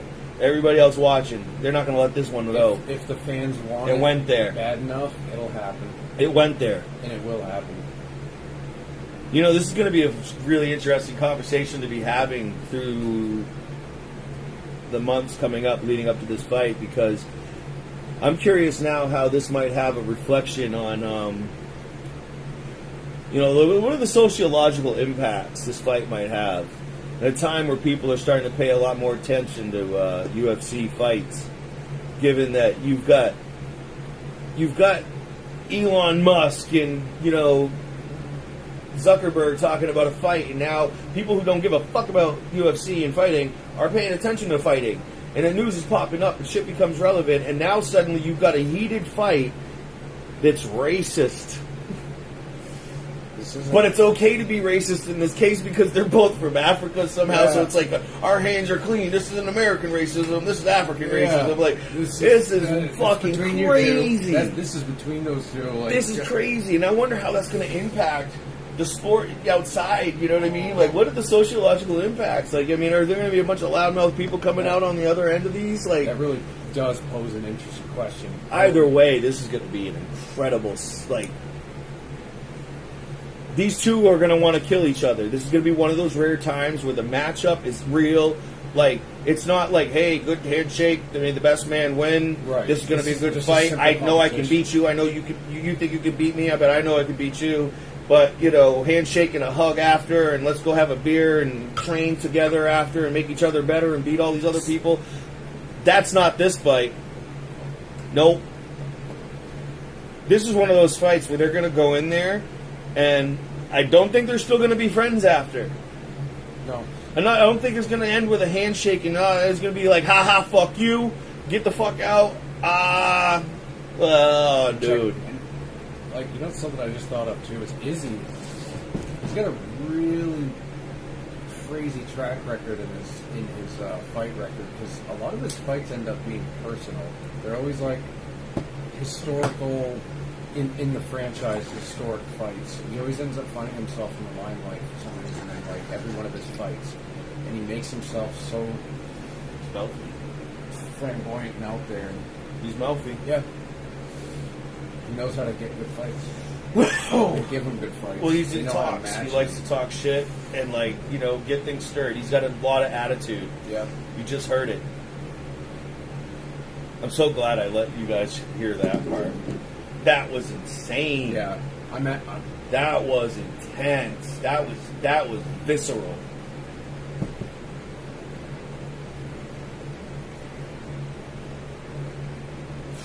We've got Brandon Moreno and Alejandre Pantoja flyweight fight coming up next. This is going to be great. This is going to be a fast pace. If somebody doesn't get knocked out or subbed, it's going all the way. These guys are not good. They might gas. I don't know. Brandon Moreno goes pretty hard, but Brandon ain't gassing. No. So, give him the tale of this story. What's the backstory? You don't know the backstory? You remember the backstory on this one? Or you want me to take this one? Alright. So, these two have fought before. Moreno and Pantera. They fought before. Twice. And Moreno lost both times, if I remember correctly. Yeah, so Moreno's lost both times. And Moreno's had, and this was in the early parts of Moreno's career. And I was saying earlier on, this was in a period of time where the UFC was a little different. You didn't have the magnitude of the mesh of actual mixed martial arts that were occurring at that period of time. When Brandon Moreno was fighting Pantera back at that point, he was still trying to figure his shit out. Yeah. A lot of people in the sport were in that division. We're still trying to figure out the right mesh and mix of mixed martial arts for that division. Now, fast forward to this time, they got it together. You have mixed martial artists as an actual style in itself, or a specialty, instead of being just a boxer. Like, Moreno came in as a striking boxer, but now he's got his ground game down. He's got his wrestling down. He's gone through all this different competition since that time. He's a different guy. He's a different fighter. And he's a champion. Multiple times. In and out. He's had these big fights with Figueiredo, which honestly has taught him a lot. That's the thing that a lot of people are downplaying, is that just because somebody lost a fight before doesn't mean that fight is going to happen exactly the same way again. Why? Were you saying that this guy is just not have the intelligence to be like, yeah, I did that wrong, let me not do that next time? Or maybe next time he finds himself in a situation that he had panicked in, he doesn't panic and he does something different. He knows what he needs to do this time. He's got the fucking experience. He knows what this guy does. He knows his patterns. He's fought him enough times. Yep. And yes, you could say the other way around too, right? But Moreno has gone forward and become a champion and been tested by higher caliber fighters. I should say higher caliber, but he's had high, like a lot of tests at high caliber. He's done a lot of 5-round fights. The guy he's fighting, typically, what you're talking about him being dangerous doing are in 3-rounders. He's not going to come out and do the same kind of like energy as 3 rounds. So here's the thing: he's got to pace himself now. Yep. He's got to pace himself against Moreno. Yep. That means that Moreno could take a lot more advantage of this guy in this situation. Not to mention that if everybody's worried about him being taken down and getting his back taken and getting a neck choke again, it's like, yep. Do you think he's going to be like 3rd time's a charm? Like, do you think he's going to give him the 3rd one? You don't think this whole time during camp, remembering that everybody's talking about this and he remembers this, that he's going to sit there and not spend time making sure that thing that fucking made him lose those last fights is in practice to defend? Yeah. It's not going to be 3 strikes you're out on this. It's like he's going to know. Maybe even worse. Maybe he's got some answer that's going to make Pantera pay for trying to do what got him last time. So Pantera is going to just, I just got to do this, and he goes to do it. But this time, it's a trap. I'm talking about, is he setting people up? Yep. You talk about Moreno being a champion. He's got champion money to go to champion camp. That's a lot of good Skrilla to be spending on good money, good training. Pantera, mediocre money, doesn't have his championships, doesn't have championship money, doesn't have that same kind of fucking payroll coming in. He's paying for his camp, not getting as much maybe. I'm not saying, quality. I can't say, but I'd give the advantage to Moreno in that. Yeah. And I'd give also the advantage to Moreno because this guy's going to go in there with, like, I already beaten him. I already know what I got to do. That angle is what gets people in trouble a lot of these situations. Like, don't be, like, that turns you into a one-trick pony. Because they're basically, now you're a map. He knows your playbook. Yeah. It's a pitfall some fighters can fall into, and it's dangerous because you end up getting predictable. You don't want to be predictable. Right. There's no... And has he changed his... Has Pantera changed his game up? As far as is concerned, the ways everybody's talking, the way the interviews are going, it's like, all I'm going to do is just go in there and beat him like I've done before. That doesn't really work if the guy's gotten better and evolved in the years that it's been since you've beaten him those last 2 times. The guy, and the thing is Moreno has proven to improve every single one of his fights across the board. Yeah. Everybody, every authority in the sport, every expert, every analyst in the sport has said that Moreno has exponentially been getting better his whole career. He's very dangerous because of that. He learns. He's only progressed his entire career. He's never. That's why he has the belt again. He learned how to fight Figueiredo. Figueiredo beat him, then he beat Figueiredo again and took that title back. So let's use that same rule in this one. Personally, I think he's more the emotional fighter too. Moreno can. Oh, that's true. Yeah, I see that. Moreno, I think, can really. I think if he can catch him on flurries, overwhelm him, keep him from being able to grapple. Get him pissed. Yep, and footwork. Frustrate him. He needs to. Yeah. I know what I was saying. What Whitaker really needs to do, but Whitaker wasn't able to pull it off. But I think as a primary striker, somebody who likes to box, he definitely needs to put the pressure on him, overwhelm him, confuse him, keep him guessing. Defend those takedowns. I don't know if Pantoja is a little the bit more takedowns. wrestle, but No, that's what it is. He's going to take. Pantoja's going to go for the shoot, go for the choke. Yeah. He wants his back. I thought I'd gather that he was like a defensive type guy. Like, That's how he lost the last 2 fights. Was the back. He got the back. Got the choke. yeah. So that's basically the prediction that everybody has, is that Mendoza is going to take Moreno's back and just beat him again. XYZ strategy. Just copy paste. Like, Moreno's got a lot on his. Oh, sorry. Yeah. Yeah, he's not. People just think that you can just keep copying and pasting all your. And again, like I said, it makes you ridiculous. That's the whole tactical side of this sport. Is that it's the chess side, the intellect side, the way you think about how your opponent's going to think you're going to move. It's well put, actually. Like, I like that term, the copy paste concept. That's really what it is. It's psychology. It's copy paste psychology. It's like, well, I'm just going to take this strategy and apply it again, and I win. Like, he made a boilerplate for this kid, and he's just gonna run that same boilerplate every time against this guy. Yep. Now you've created a pattern. Yeah. Now he can pick you apart. To say that your champion opponent hasn't figured you out, and you've got him figured out, is a great disrespect and an insult to your own intelligence, if that's how you go into a fight.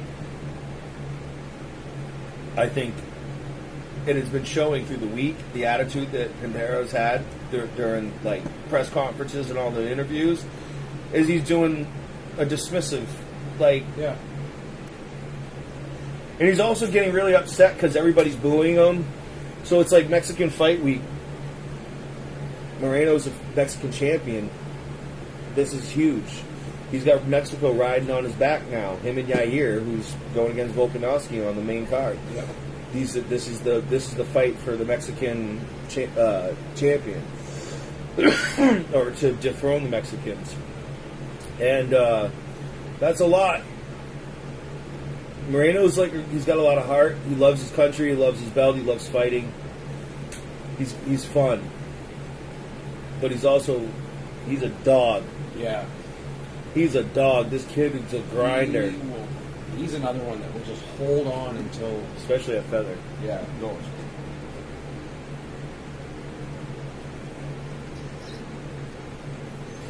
So we'll see here. Moreno is the underdog. Again, I was saying, like, everybody thinks Pantero is going to beat him. So they got Moreno's 100 underdog and -3 130 favorite going to Pantera. What the fuck is a Pantoja? Yeah, no, but what's the sick? Why is there two different odds history? Oh, tonight and the last time that they. So okay, so sorry.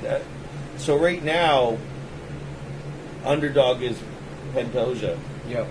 And they were comparing their last fight's odds to now, I think is what the drafting was showing up the last time they fought. Pantoja is the underdog, 165. Moreno is now. I was like, why are they discounting Moreno so hard? That makes better sense. Woo! Yep. When dabs work. They do. We're on. Almost. We're on Bruce Buffer, buffing him up, The buff. giving him the buff work. Giving him the buff work. Buff, fluffing him up. He's stretching out. Moreno's just... He's got, dude, this guy is just so full of himself. He's so Pantoja. This guy's got the weirdest spelling names. Pantoja's sitting on, just walking back and forth, going like this, saying 4. He's gonna beat him again. This is the 4th, like. Not mine. Oh, no, I'm not betting, but not my mind. Not where I put my bet. I bet Moreno.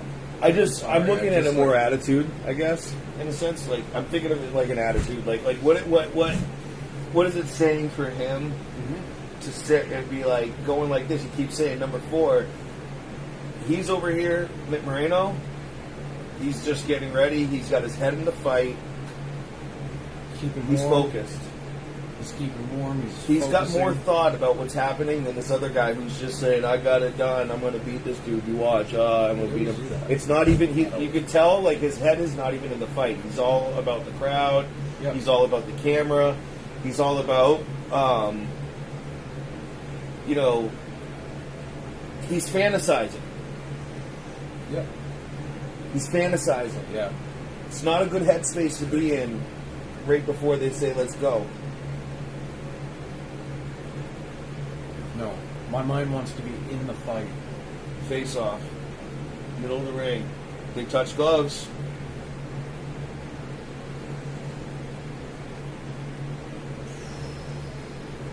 He looks aggressive and he's trying to, so Pendoza's trying to like just intimidate. He's got a posture of arrogance and intimidation. He looks like he's very sure he's already won. Alright, they're at the center. Pendoza comes straight in, taking swings. But Moreno's taking charge and grappling him up against the cage. Yeah. And Moreno's got him pressed on the cage. Pendoza's throwing a couple strikes in there. And let's see, there's just kind of really just pitter-patter punches. They're both pressing kind of like clinch punches. Yep. Nothing significant. Knee from Moreno. It's a clinch.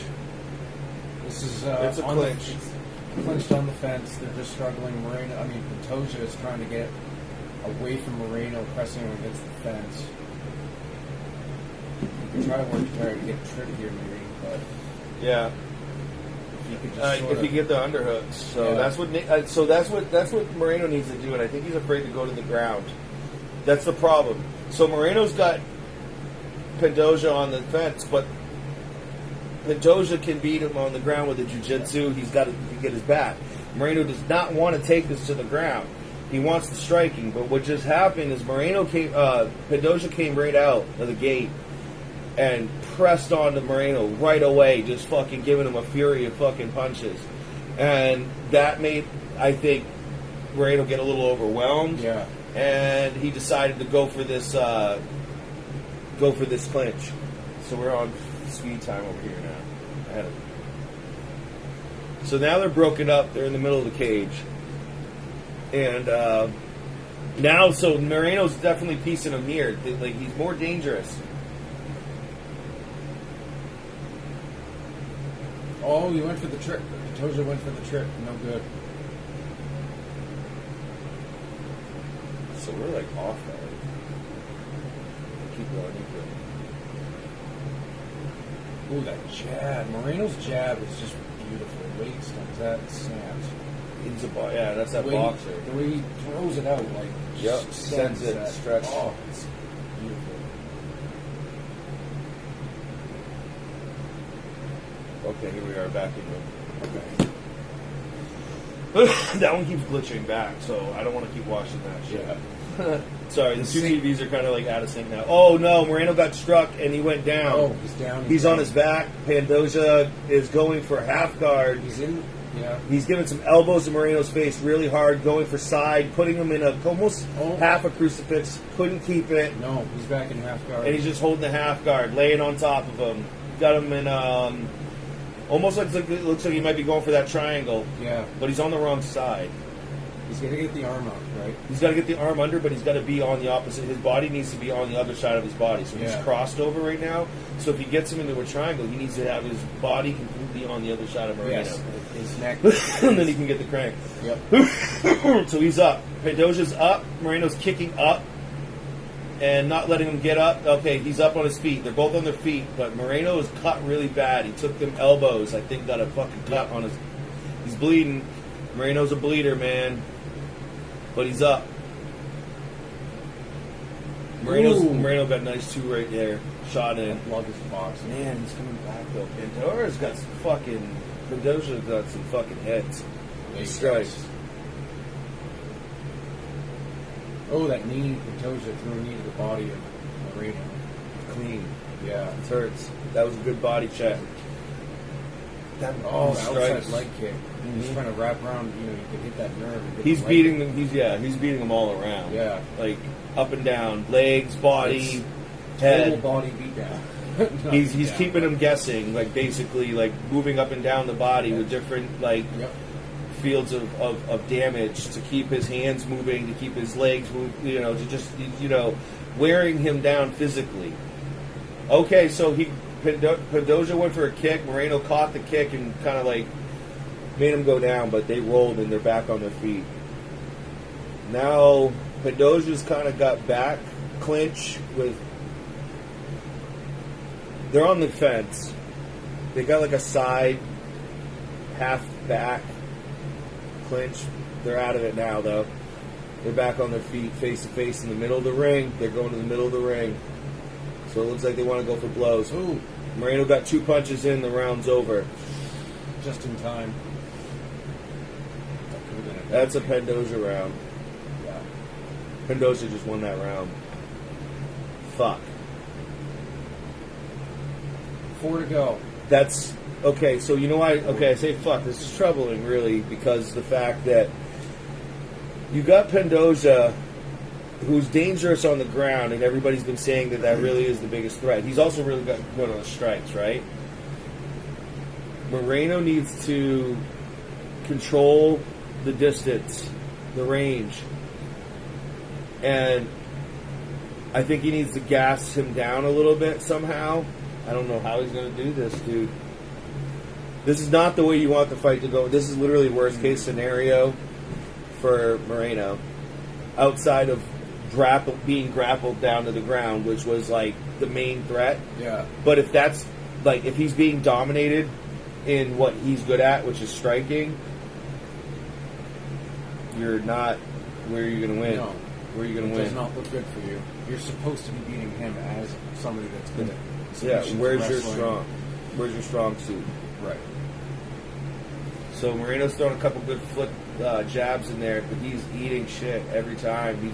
Dude, Pendoja's so quick. Them hooks are getting around his cage. Moreno's got a nice good cage, but it just isn't enough to he's like the way Pendoja swings is really hooky. So if you got your hands here and you're throwing hooks, you can get around it, really get into the face a lot. So it's really fucking up Moreno, and he's getting out-countered. Every time he's throwing something, he's really throwing some haymaker shots, trying to really hurt him because he's trying to catch up.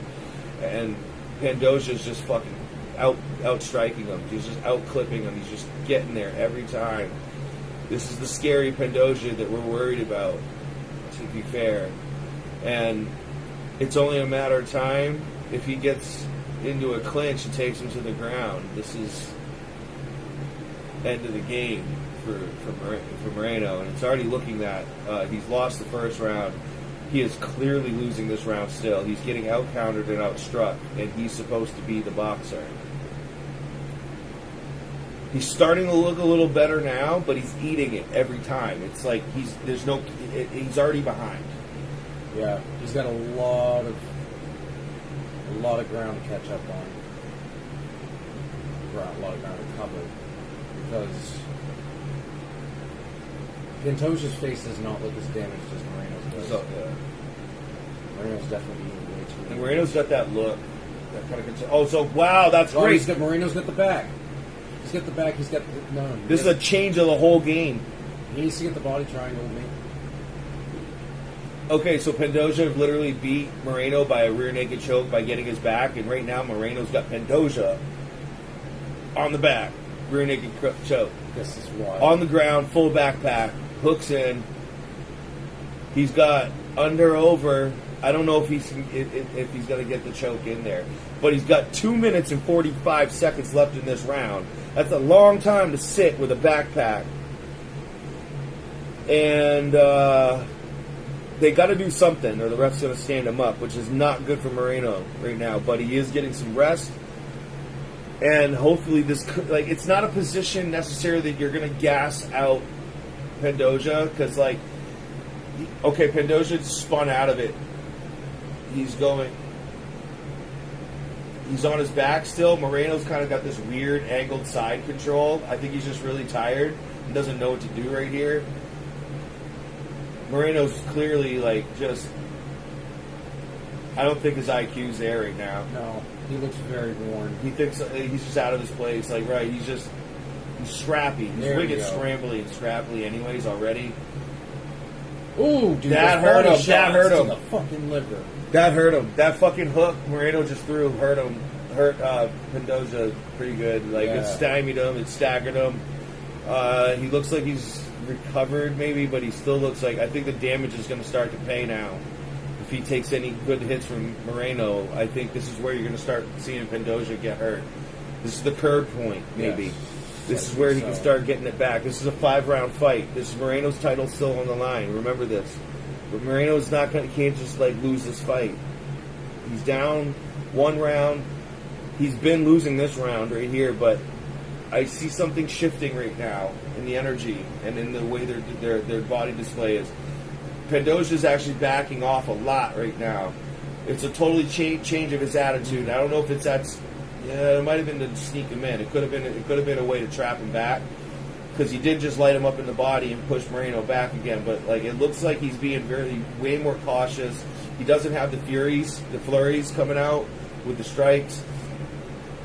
He's looking really tested. Ooh. Moreno almost took a really bad kick right there. Yeah, in the that face. was almost bad. But he's still got his guard up real good. He needs to keep it up. Yeah. Moreno's doing a lot of good feints and sort of just peekaboo. Like, he's got his very high guard. What's happened is he's dropping his hands. So every time Moreno goes in for a strike, he's dropping his guard. Yeah. Which is 2 things. Every time he does that, it's telegraphing that you're going to do something now. I'm going to punch you. He's telling me, it's coming, right? And now you've got Pantoja who's sitting there counter-striking him. So if you're going to telegraph and then throw that, you know what's coming. He can time it, and he's getting caught because of that. Pantoja threw a kick and Moreno caught him and got him to the ground, I think. Yeah, and he just finished the round like that, too. Man, this card. Moreno did a nice turn up at the end of the round to, I think, spice it up for the crowd, spice it up for the judges. I'm still giving that round to Pantoja. Yeah. He just overall dominated again. He walked him where he wanted him. He got most out of it. I think he did more on, like, point. Yep. Point-wise. He was point fighting a little bit better. In the domination, in the beginning of the round, was a lot longer. Control was longer. Output. But at the end, what Moreno did, I think, is a little bit more important than necessarily having won that round, considering how that first part of it went. What's happened now is Moreno won this round in a psychological way, that he's done something to change the way that Pintero is fighting. Pintero, naturally, this would be a last round that he would be fighting, because he's doing 3-round fights generally. He's got 2 more rounds to go if this round doesn't get a finish. And he's starting to gas. He's getting hurt. And he's slowing down. He's not taking as much fucking... He just did a cut shot to Moreno. Moreno just got a... Yep. That's good for Moreno. Yeah, it is. He can recover right now. Yep. Tell him. So, they get 5 minutes. Up to 5 minutes if they get a groin shot. And Moreno just got one. Oh, it's clean. Yep. It's Knee. on there. A knee to In a the clinch. groin. In the clinch. They were literally standing in the middle of the ring, clinched. Yep. And head-to-head clinch, and they just took one of the balls. Oh, he's still going. Moreno, he's not taking his break. He wants to get in there. He doesn't. So he probably doesn't want to cool down, which is a thing. You know, if it doesn't hurt you, the last thing you want to do is get that adrenal dump to lose. So you want to keep that energy up. So they're on the cage. They were on the cage. You had Pandero. This is the place that he doesn't want to be. Okay, so he's got his back. Pantoja got Moreno's back. This time he's got his back in the rear naked choke, which is how he's lost these last 2 fights in his past. But it looks like he's worked this. He knows. So he's fighting it. He's hand fighting. Scrap it. Making sure you can't get that choke in there. Right, he's trying to fight his hands to get them off from around his neck, kind of above his head, so he can try to turn and escape away from that choke. Here's, something that people are going to have to consider, too, is this is going to be really hard for Pintero, fucking to get this, because there's a lot of blood on Moreno's face, and they're sweating a lot. There's blood on both of their faces, on their arms. It's really hard to get chokes. It's really hard to get submissions in when your body's slipping like a fucking greased fucking pig. You know what I mean? So the hand fighting, this is going to just become more tiresome and gassing, and it might actually tire out Pantoja more because of the fact that He's on the bottom with the weight, even though he's in the backpack. See, now that's great. So they were so slippery that actually, just to my point, Right. Moreno's able to turn around, and now he's in a mount position. He's back on his feet, and he's like, "Get the fuck up!" Yep. Oh, dude, Pandoja looks bad. Eyes swole up, cuts in his face. He's looking like he don't want to really getting up. Look hurt. That was labored. And he's getting pieced up now. Moreno with a triple jab. Viva Mexico. Oh, that shit. hook to the face of Moreno. Yeah, he's piecing him up now. This is where the boxing class, the striking game comes in. Pandoja's done everything that he needed to do to try to take him down. He fucking failed. He couldn't get that rear naked choke. He's too fucking tired. He's gassing out. He's hurt. And you've got him up in front of Mexico's boxing fucking phenom here in the MMA. Oh, this is looking good for fucking Moreno now. Oh my God, this is so intense. He will win this round. This is the third round. We've got 2 minutes left. And he's got fucking Pendit. Yeah, this is what their Bisbing was even saying about him getting him on the back foot, worried about beating him up. This is where he need to get him. Yeah. This is where he needs to get him. This is how he was going to beat him. He took so much damage to get here, man. He lost in fucking rounds to get here, dude. Moreno's another fucking creature. He's getting. There's some boxing coming back. You see how he caged up? He took that shit. Now he's taking him down again. So Pandoja's like taking a little desperation. Yeah. He's got him on the ground. Minute 20 to go. Full mount. No, guard. Sorry, full guard to Moreno. Moreno going for a triangle armbar, stuck in some weird... Oh, yeah, his arm was caught up in the body triangle. They're so He's so scrappy. You see the weird way he wrestles? Yeah. He's up on his feet. Get out of there. Don't take that kick to the head. Jesus, I hate when they do that. I know. When they stand up and the guy's on the ground and they just start kicking their fucking heels at him, it's like, get the fuck out of here. Just... People have been knocked out by that. Yeah. Yeah, I've seen it. So... Or heard. Look out for those up kicks. Don't do it. Get up and get away. Yeah. If they're going to start up kicking, either dive back down or get away and make them GTFO stand up. before Have you the get ref stand them up. GTFO before you get KTFO. Yeah. All right, Moreno and his opponent here back in the middle of the ring on their feet. Pacing a little bit more. 15, 10 to go. 10 to go.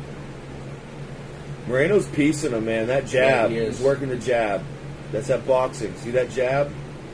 Jab. Oh. That jab, the hook. It's off the lead. He's working off the lead. Working off that lead. Yep. Boxing.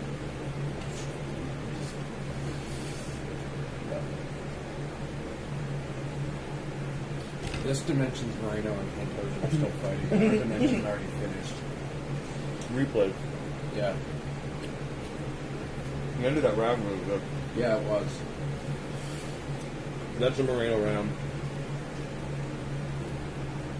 Pandoja is literally pummeled. I'm trying to best describe in my best vernacular. Is running he's rivaling Rory McDonald in that fight that we mentioned earlier with Robbie Lawler. Best retirement ever that I've seen in a long time. Good for him. I gotta say that again. I gotta reiterate. I have to reiterate how good that was. Lawler. Here we go. Deep waters. We're in the deep water now. Round 4. 4 and 5. It's deep waters, folks. We're here. Pandoja looks fucking shit. Beat to shit. Tired as shit. Shit. Yeah. Moreno is at the point where he's in his sweet spot.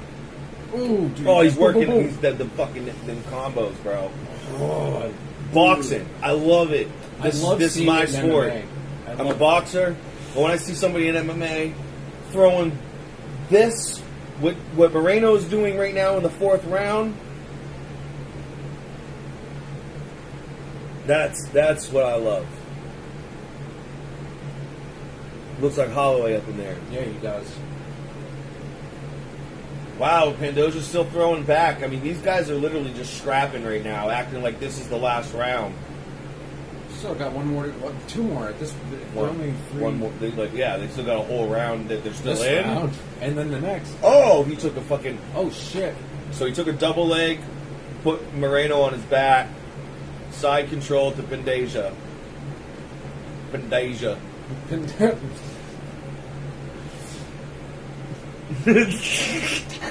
Still not over it. No. Still like Pandoja. He's fucking all hillbilly. Pantoja's got Moreno against the fence. Maybe if you can get a foot around Moreno's ankle or trip him with his He's ankle. probably tried, but I don't think he can do anything at this point. He's fucking tried. He's literally demoralized in the scrap game right now. Like, what's he gonna do with it? He wants that rear naked choke again. Is that what he's gonna go for? Moreno spins, gets off the cage, spins. He's got back control and pushes him back to the cage. Then he goes to the back Pulls. drag, gets him to the ground. He's Moreno. kind of trying to roll him over. Moreno's on his back. This is a weird. This is a weird. Side control. Side control. Jiu-jitsu scramble like crazy. Huh? Yeah, side control to Pandoja. They kind of got their legs hooked in a weird way, which is negating Pandoja from being able to, like, sweep. But now he's got full side control. I just don't think he knows where to go from here. He's got a north-south over the back. Yeah. Doesn't matter. Like, I don't... They're just... He's resting on him, deep breathing. Pandoja's done. Yeah. Pandoja's done. The only way Pandoja is finishing this fight is some sort of accidental slip that hits Moreno in some awkward way that makes him go out. Because he's got nothing at this point left. He's going for the back again. He's going over for the fucking... He's a monkey on his back, literally, right now, with a full fucking backpack, standing up. Slip down. Right back to the back control on the cage again. He's got nothing. He has nothing. But he knows if Moreno gets him in the center again, he's going to piece him up. So this is all he's got. He's buying time. Which is nothing. Buying time. It's nothing. He's buying time. Moreno is basically going to get his energy back. He's going to get a little bit of regained energy. He's not tiring him out. And then he's going to come back at him. Moreno's going to come back at him. He's just getting his energy right now, and then he's going to possibly, what I'm thinking he's going to do, and what he needs to do, is explode away right now. He needs to break the hand fighting right now, like he's doing, actually, now he's started doing, right? Exactly. Break away those hands, and he's got to explode away from him back to the middle of the ring. And force Pandoja to come off that cage, back to the center of the ring, and take them fucking hits to the face. Stay the fuck off the cage. Because what's happening is every time he gets on the cage, he's dragging Moreno back down. Yeah. He can't do anything with it because look at it again. Now Moreno is right back in the guard, on top guard, and see, he needs to back up right now and make him get up. Back up and make him stand up. Stop going to the ground with him, Moreno. You don't need to beat him there. No. You don't try Beat to him play on his his feet. game. Don't play his game. Yeah. Because if you play his game, I mean... Unless he's he's not- trying to prove something. But Yeah. I think he should get up and make it there. That, right here. that. Now get back there, to, yes. Yeah. Because this is where he's going to beat him. Yep. Look at him. He can't even stand up. No, he's he tired, can't. dude. He's got He's got he's trying to get nothing. a single, but he's not going to get the single. There it is. Strikes. Now he's on the fence again. Moreno's got him on the fence. Moreno wins this fight. End of the round. Moreno's got this. I'm calling it. 2-2. It's 2-2. He's outstruck him. He's out grappled him because he's gotten away from all of his takedowns. 2-2. You're right. I'm not. Yeah. Yeah. No, absolutely. Just it is a 2-2. being right blatant. now. It's 2-2, and Moreno is going to win this next round.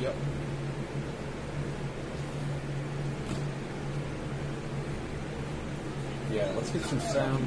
We'll get sound. You hear me? Right now. Hey, look at me. Right fucking now. Chin down, hands up. Stay off the fence. When he gets you on the cage, you gotta turn inside. Stay off the fence. You hear me? Turn inside, don't turn away. Turn inside, like I said, just go away. Get So when he's on the cage and he's got that back clinch on the cage, it's like I was saying, is either blow away, but what his coach is basically saying is like spin around on him. So force him to be in the clinch in the face, and you can continue to box him. Turn face to face on him. Don't let him pull you down, try to get that back. Turn and make him fight your fight. I don't think he's up 3-1. No. I don't think so. As the John Anik just said, like that, maybe Pandoja's up 3. I don't see it. I think Moreno won the 3rd round, hands down, and he just won that last round. Yeah.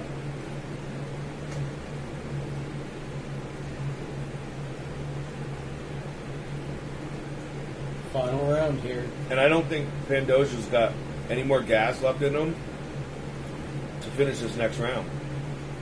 No. This is, I mean, how many... Or win it. Yeah.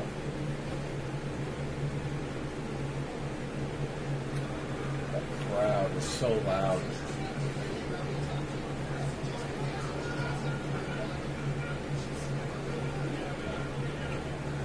I mean, they can both got the crowd now. Yeah. That's how good this fight is. Dude. So, Moreno's really putting it to fucking Pandoja, and Pandoja steps back and goes, Oh. dude's got heart. Yeah, he does. I gotta respect him for that. He's beat to shit. His eye, I mean, everything from here is all black. I'm surprised it isn't swollen all shut, but it's looking moused up real good around it. It's going to swell up shut. It's on its way. He's just got a good corner cut, man. Put that swell well on it. Yeah. They're going blow for blow, but I think Moreno's, his punches are doing more of the damage, weirdly. Now, I don't think Pandoja has the strength. I think Moreno's stronger than he was before, and look, he's hurting him bad. Look at those strikes. Yeah. His body looks lit up with red patches on it. That jab. Man. He threw a nice body uppercut, too, earlier in the second round. That counter, the uppercut. He's boxing him, dude. Moreno is a wizard at boxing. He is now. At this point, he's diminished Pandoja enough where Pandoja strikes, just he's getting out countered, almost like flipped. Yep. From the beginning of the round, it was the other way around. Pandoja was like kind of countering the shit out of Moreno. Now it's completely polarized. You have Moreno doing that to Pandoja. So at this point, what happened is Pandoja's been lucky enough to be able to slip like a double leg, getting Moreno on the fence. He's going for the back, but Moreno stood up. He's got a backpack position on Moreno right now, going for that rear naked choke, but I don't think he's going to have the gas left. He's shaking his head. Like, Moreno's sweaty. He's got no more energy. Moreno's got his arm in a seatbelt position, so he can't even get the choke. And that's, like, honestly, if he kept that for a minute, it would be great. Yeah. So he's slipping that punch in, and that's why he wants to keep that hand. If he can hold it down, now he can't get in it. He's just got double underhooks on a backpack. He's useless. It's got to take so much energy to maintain that triangle, too, on the body. To stay on that backpack on the legs. Oh, he's hurt. Yeah, Pandoja's actually wasting more of his energy. He should give this up because he's actually doing himself more damage. Yeah. He's expending what's left. He's got a final minute. What he's doing is he's basically making sure that he doesn't get hit, and he's trying to use it to strike and maybe count up some points. Again, it's a little bit of point fighting. Yeah. Desperate point fighting that at this point Yep. doesn't matter. No. It's not enough in this round. In this, he's actually like I don't think you can give him much to a control because it's nothing being done. No. He's not transitioning. He's not going for any choke. His punches aren't of any significance. They're pitter patter. He's just holding a grappling position. He's holding the fence right there. Yeah. What the fuck? How do you not just fucking make him stop? Whatever. 7 seconds left. Backpack bullshit. Moreno just spin on him right now. He should, but he doesn't. It's the end of the round. That would have been wild. They both think they won the fight. Fucking Yeah, I know, right? But they both think they won the fight. They both got their hands up, addressing the crowd. Yep. We'll find out. They went to 5 rounds. Is it Viva Mexico, or do they get dethroned and maybe put a foreboding, dooming curiosity on the fate of Mexico's stand of championships? Aldana couldn't do Pena, not Pena, fucking Aldana and wow, why am I blanking? Aldana and Nunes. Nunes. So yeah, fuck, dude. Yeah. So she, there was no belt that went to Mexico in that fight. If Moreno loses this, there's another belt lost that Mexico doesn't have anymore, or won't get in that case. And that leaves the last one in Yair's hands, which I don't think he's going to do against Volkanovski unless it's like literally, it's going to be the fluke of flukes. Yep. It's going to be a flying knee. I don't know. I just don't think. Yeah, yes, kicks and all that. I don't even think Yair's kicks have the kind of strength that it would need in order to hit Volkanovski in the head right and kick and knock him out. Yeah. I don't. I think Yair's kicks are equal to Mendez's fucking left hook. Yeah. And he's taking that. You know what I mean? I think the only strike that I could conceive Volkanovski going down with, flying knee. Yeah. It would have to be some I say supercharged flying knee that he puts every bit of his strength into and lands it underneath the chin and just yeah. It would have to be something on that level because I don't see that. I don't know. Yeah. How you got Volk winning it? How you got Volk winning it? I got Volk winning this. Look at his nose. He broke his nose Yeah, bad. he did. I got Volk winning this in probably go with second round.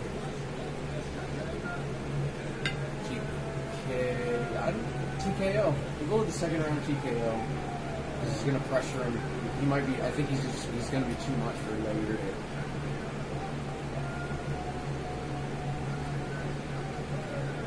Did he just win?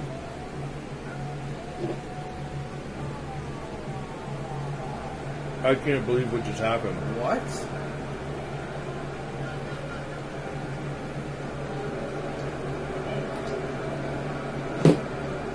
No fucking way. Even that dude didn't know what he was winning. Even Pantoja was like, So Pandoja just won. Wow. Who the fuck scored that card? That's the one that's gonna piss me the fuck off. I knew it. yep. Never leave it to the judges. That's bullshit. He had the third. Ah, He had the dude. third and the fourth. He had third and the fourth, and he definitely won the fifth. He piggybacked him for the fucking fifth. I can't wait for this week. And just listen to all the boards. What the fuck is that? Fuck you and fuck Everybody, No, I guess, dude, you had heart. You threw it in there, but I don't believe it. everybody in the UFC community is like, what? Wow. He did have heart. He So absolutely had heart. kind of to the tune of what I was saying. I think the UFC's trying to take all the fucking belts away from Mexico, and that's one more down. It's down to Yair. He's the last. Yair is the final Mexican hope, and he's coming up next. I can't believe that. I have Moreno winning that fight. Wow. Yeah.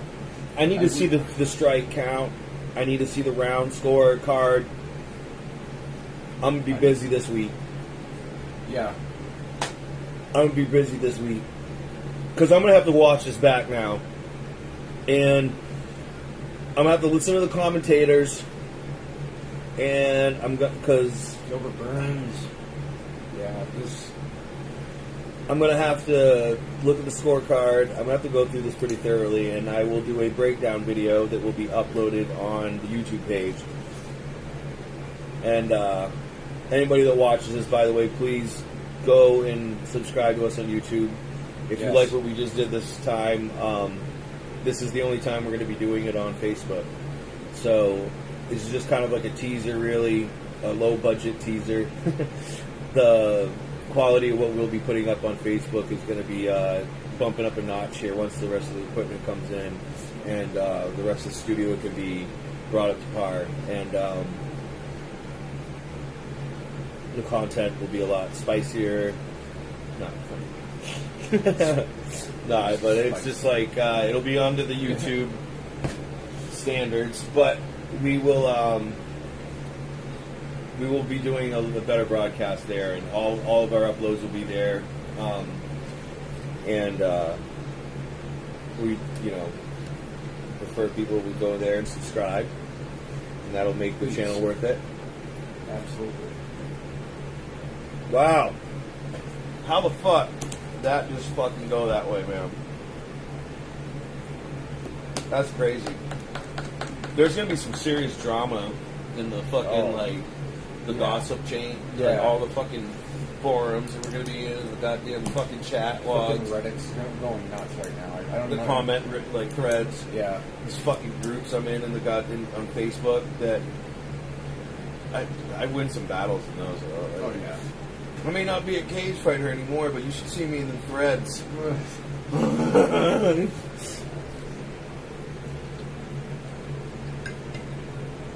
I might have to start a thread for Battle Bros. Yeah. Maybe I'll come down the road. Maybe that'll be. I'll do that on Facebook. Yes. Soon. Channel first. Yeah, we'll do the channel first. That's There's a the great stripes idea. right there. Just pause that.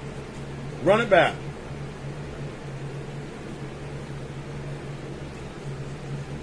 This is why we got two TVs. Yeah.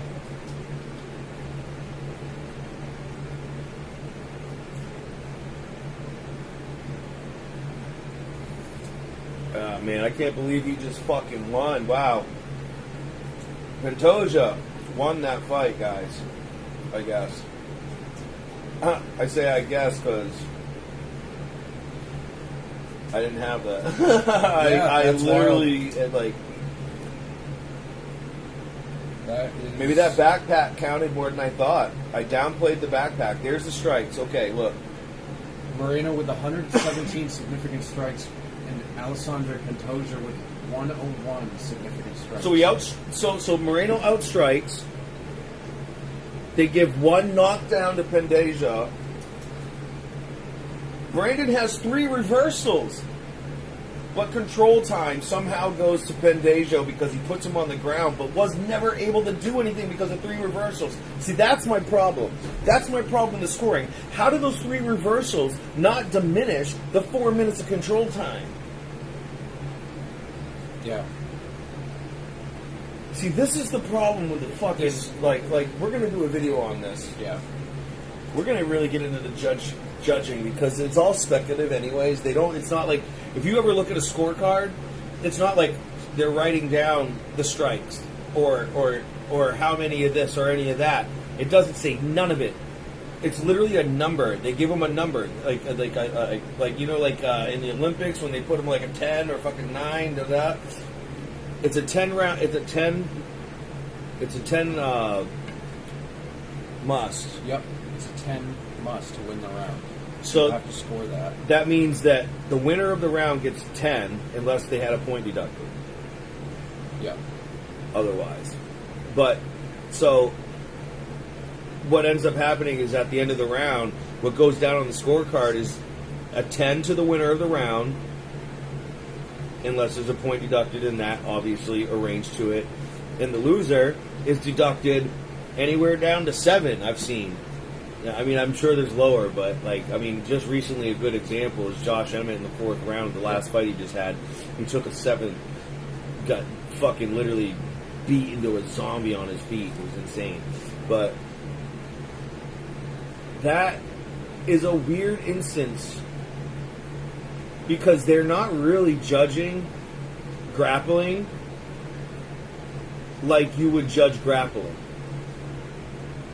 No. And the problem, the problem is that now it just goes to prove that judges don't use any specific rubric system that all these people want to use. Like, it really comes down to judge who fought, who won that round. Right. In my opinion, who won that round. Why? It's different from me to the next judge to the next judge, to the guy in the crowd, to the fucking commentators, to the teammates and the coaches. It doesn't matter.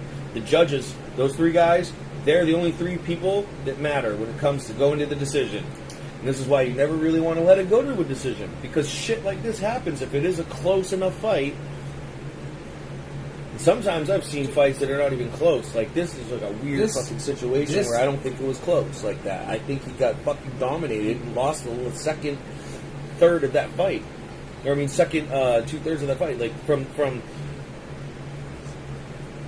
or 3/5. Like, right, 5 rounds. He won the last 3 rounds, in my opinion. Moreno won the last 3 rounds. Whatever control time that Pendejo had was useless because he wasn't doing anything with those control with those positions. You have to be doing something. Output, like giving some strikes. He didn't outstrike them. He has 1 knockdown in the fight. You know what I mean? Yeah. And that's early on. That happened early on in a round that I gave to Pendejo. So, I don't fucking see this. I'm fucking perturbed. Literally do not add up. It doesn't make sense. God damn it, is Sal goddamn D'Amato on this fucking... Is he one of the judges? It's Sal D'Amato. I goddamn know it. I fucking know it. I'm going to look at the fucking scorecard tomorrow and I'm going to find out if I swear to God if it was Sal D'Amato. I don't know. We just fucking... I called it. I guess we just knew it all along. Fucking Sal. Dude, none of his... He has... Moreno has 3 reversals. Pantoja has 0. And somehow... Despite all of this, the only thing that mattered on Pantoja's card that at least fight statistics-wise was his ground control time. And here's the thing. Only thing... Well, he had knockdown. And the thing is, it's like the reversals, like if you wanted to sit there and make the argument that, well, he has less control time, if he has reversals, well, why wouldn't he have more control time? And Exactly. You know what I mean? But I'm going to say on the contrary, he had a lot of reversals, but a lot of those times when he got up off the ground and went back to standing up. So the control time diminishes in the whole argument at that point. Yeah. He was piecing him the fuck up where it mattered, where that control time didn't add up against it. Like, that's so weird. I gotta see how they fucking. I want to see the stats per round, like what the control times were per round, because that makes way more like telling me 4 minutes and 18 seconds overall doesn't really how does that correlate over 5 rounds? Right. To winning those rounds. I want to know which rounds they gave him too. Yeah, we definitely need to look at the scorecard on that. I'm actually really intrigued. I want to see that as soon as possible because this fight has me a little upset. I'm not gonna lie. Definitely an upset for me. Yeah.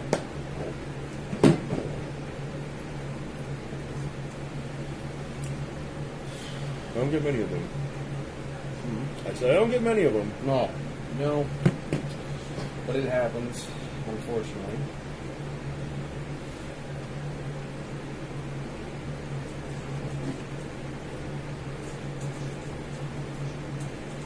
Now, will there be a fourth?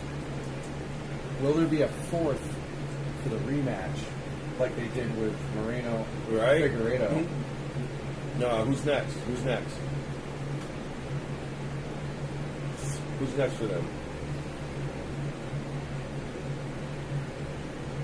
I don't even know. Who's that guy? Aziz?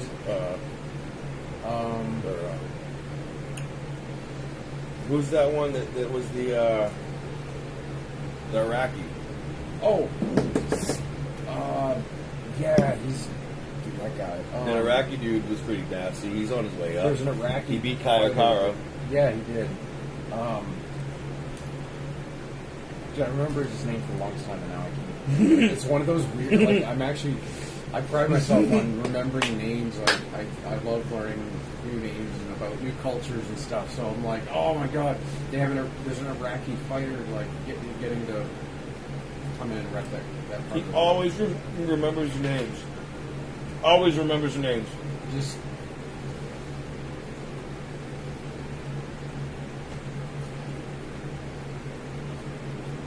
KTFO on that, huh? Was it? Yeah. pretty much right about there, yeah. KTFO though. No, I was about to say Makwan Amirkhani, but I don't think that was him. But that is a fighter. I don't think that's the guy. Makwan Amirkhani. No, it started with A's. Yeah. Double A's, like name. Yair's walking out. That's crazy. So we got, yeah. It was Eddie? as Yeah, it was. Who cares? Who's next? No, yeah. Who cares? Yair's making his walk. I think our TVs are synced up again. Somewhat. Let's just start glitching out. Yeah. This one's slow. It's got like a little bit of a remedial situation going on. I gotta go and make sure I'm not needing a break during the middle of this, so I'll be right back. Yeah, it's a good idea. Keep them entertained. Yeah.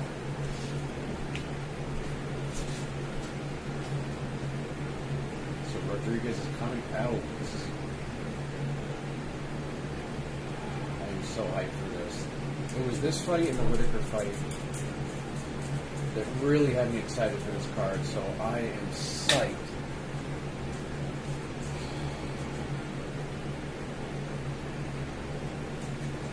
He's just, he has, the kicks that he does have come from Taekwondo, and they're the spinning, jumping, switch kicks, 360, spinning around in a 360 and jumping up into a roundhouse to the head, like tornado kicks. They can be unpredictable, but I don't think they're going to be enough for Mulder.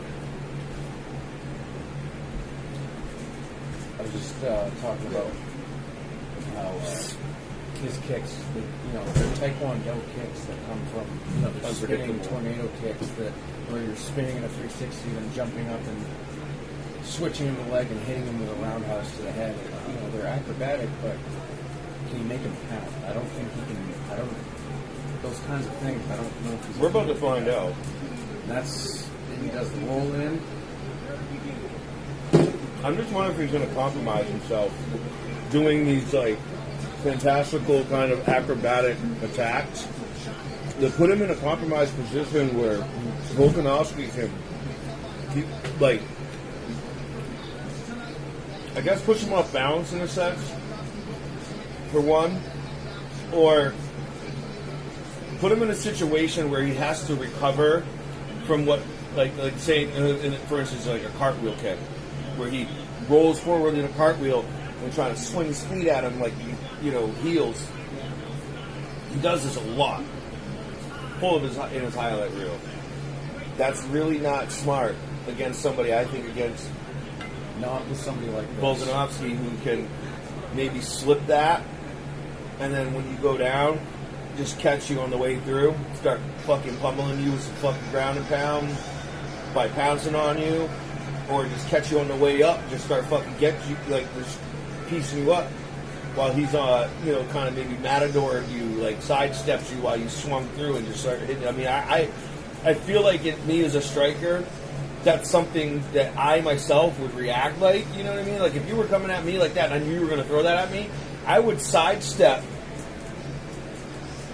that. I would basically step away with my back foot, my planted foot. I would pivot off my front foot and pivot with my back foot. So if my stance was like this, I would take my back foot and I'd pivot it this way, and I'd be looking now in that direction. So pivot and sidestep. You pivot and sidestep because they're going to come at you. So you're kind of you're dodging out of their way, sidestepping this way. They're right here next to you on the ground. As they're doing a cartwheel, he's got to now come up. His body's going to be right here, facing up, like in a sit-up. He's going to roll back up, get to his feet, roll back up to his feet, As he's doing that, now I position myself beside him. And I'm now still in my attack position, but I am beside him. I'm now this angle. He's swinging through in front of me. I can just hit him with some fucking hook, and just follow him. Yep. As he's coming up, just piece, with just fury him up. Bow.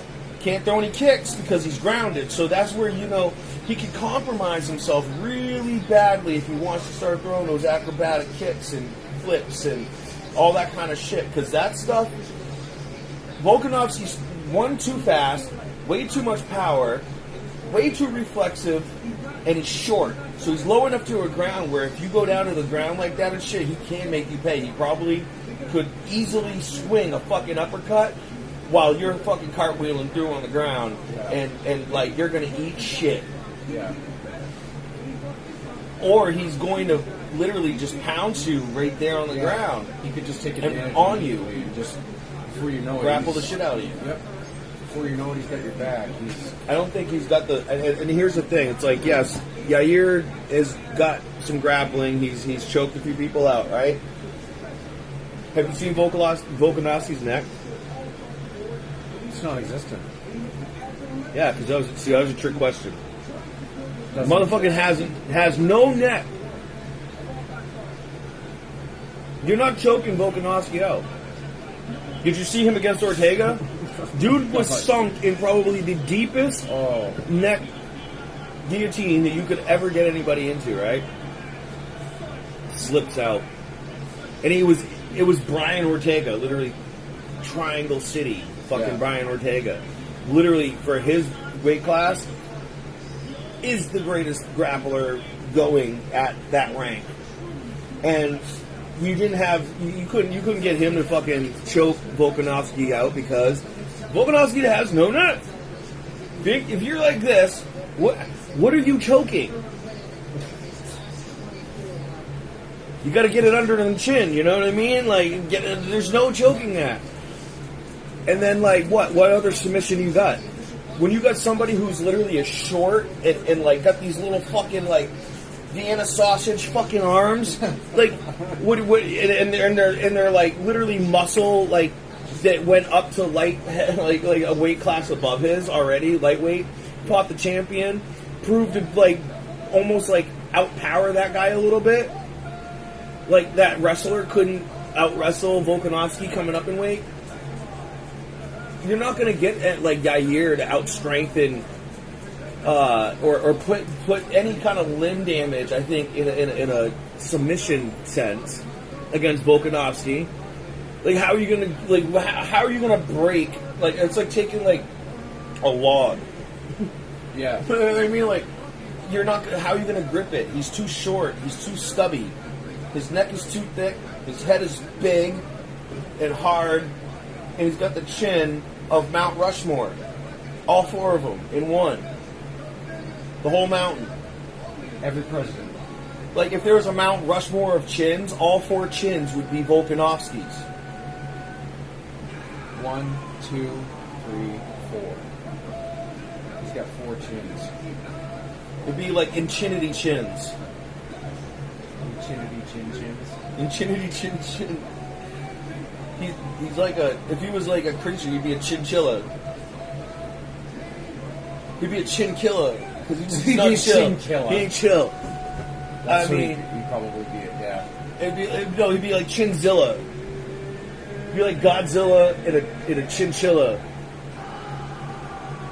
I don't know where I'm going with that, but anyway, yeah. So I know for a fact that there's not really much that I have confidence in that I've seen from Yair Rodriguez that would constitute as having power. Or, oh, there's Sal D'Amato on that fucking card. I just seen his name pop up. Sal D'Amato, you fucker. You fucked Moreno, and you're, oh. Anyway, we're doing a video about that later, I swear to God. Sal D'Amato is going to do a whole fucking video. Yes. He's my nemesis. He's my nemesis judge. And dude's thrown more in my fights than ever. When I see Sal D'Amato on there, I'm like, please don't go to decision. Fucker. Split motherfucker. He will literally be the guy like, well, devil's advocate. Well, I like this. I mean, yes, I'll fucking have to swing the other way. Fucking nerd. I'm just gonna go. I'm just saying, I hate him. No, I want to fight Sal D'Amato. Chinzilla. Yeah, He gets it. Hey. Chinzilla. Yeah, Volk's Volk is built like Travis. He is. Yeah, so you're not getting that neck. Yair is definitely not getting neck. And I think he's got more tricks up his sleeve than Travis has on his skateboard, which is saying a lot because that motherfucker rips. Yo, yo, yo. Yeah. Oh, the face off in the middle of the ring. Ooh, here we go.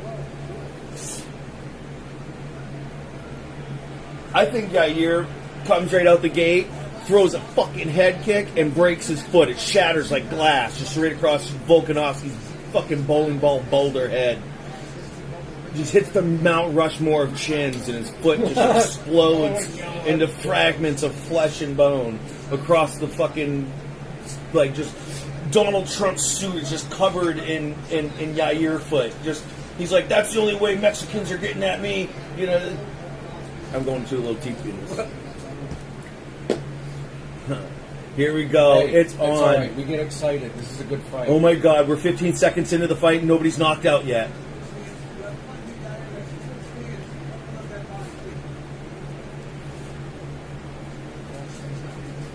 I'm too excited. Sorry. All right. They're in the center. I need to smoke and calm down. We're just kind of.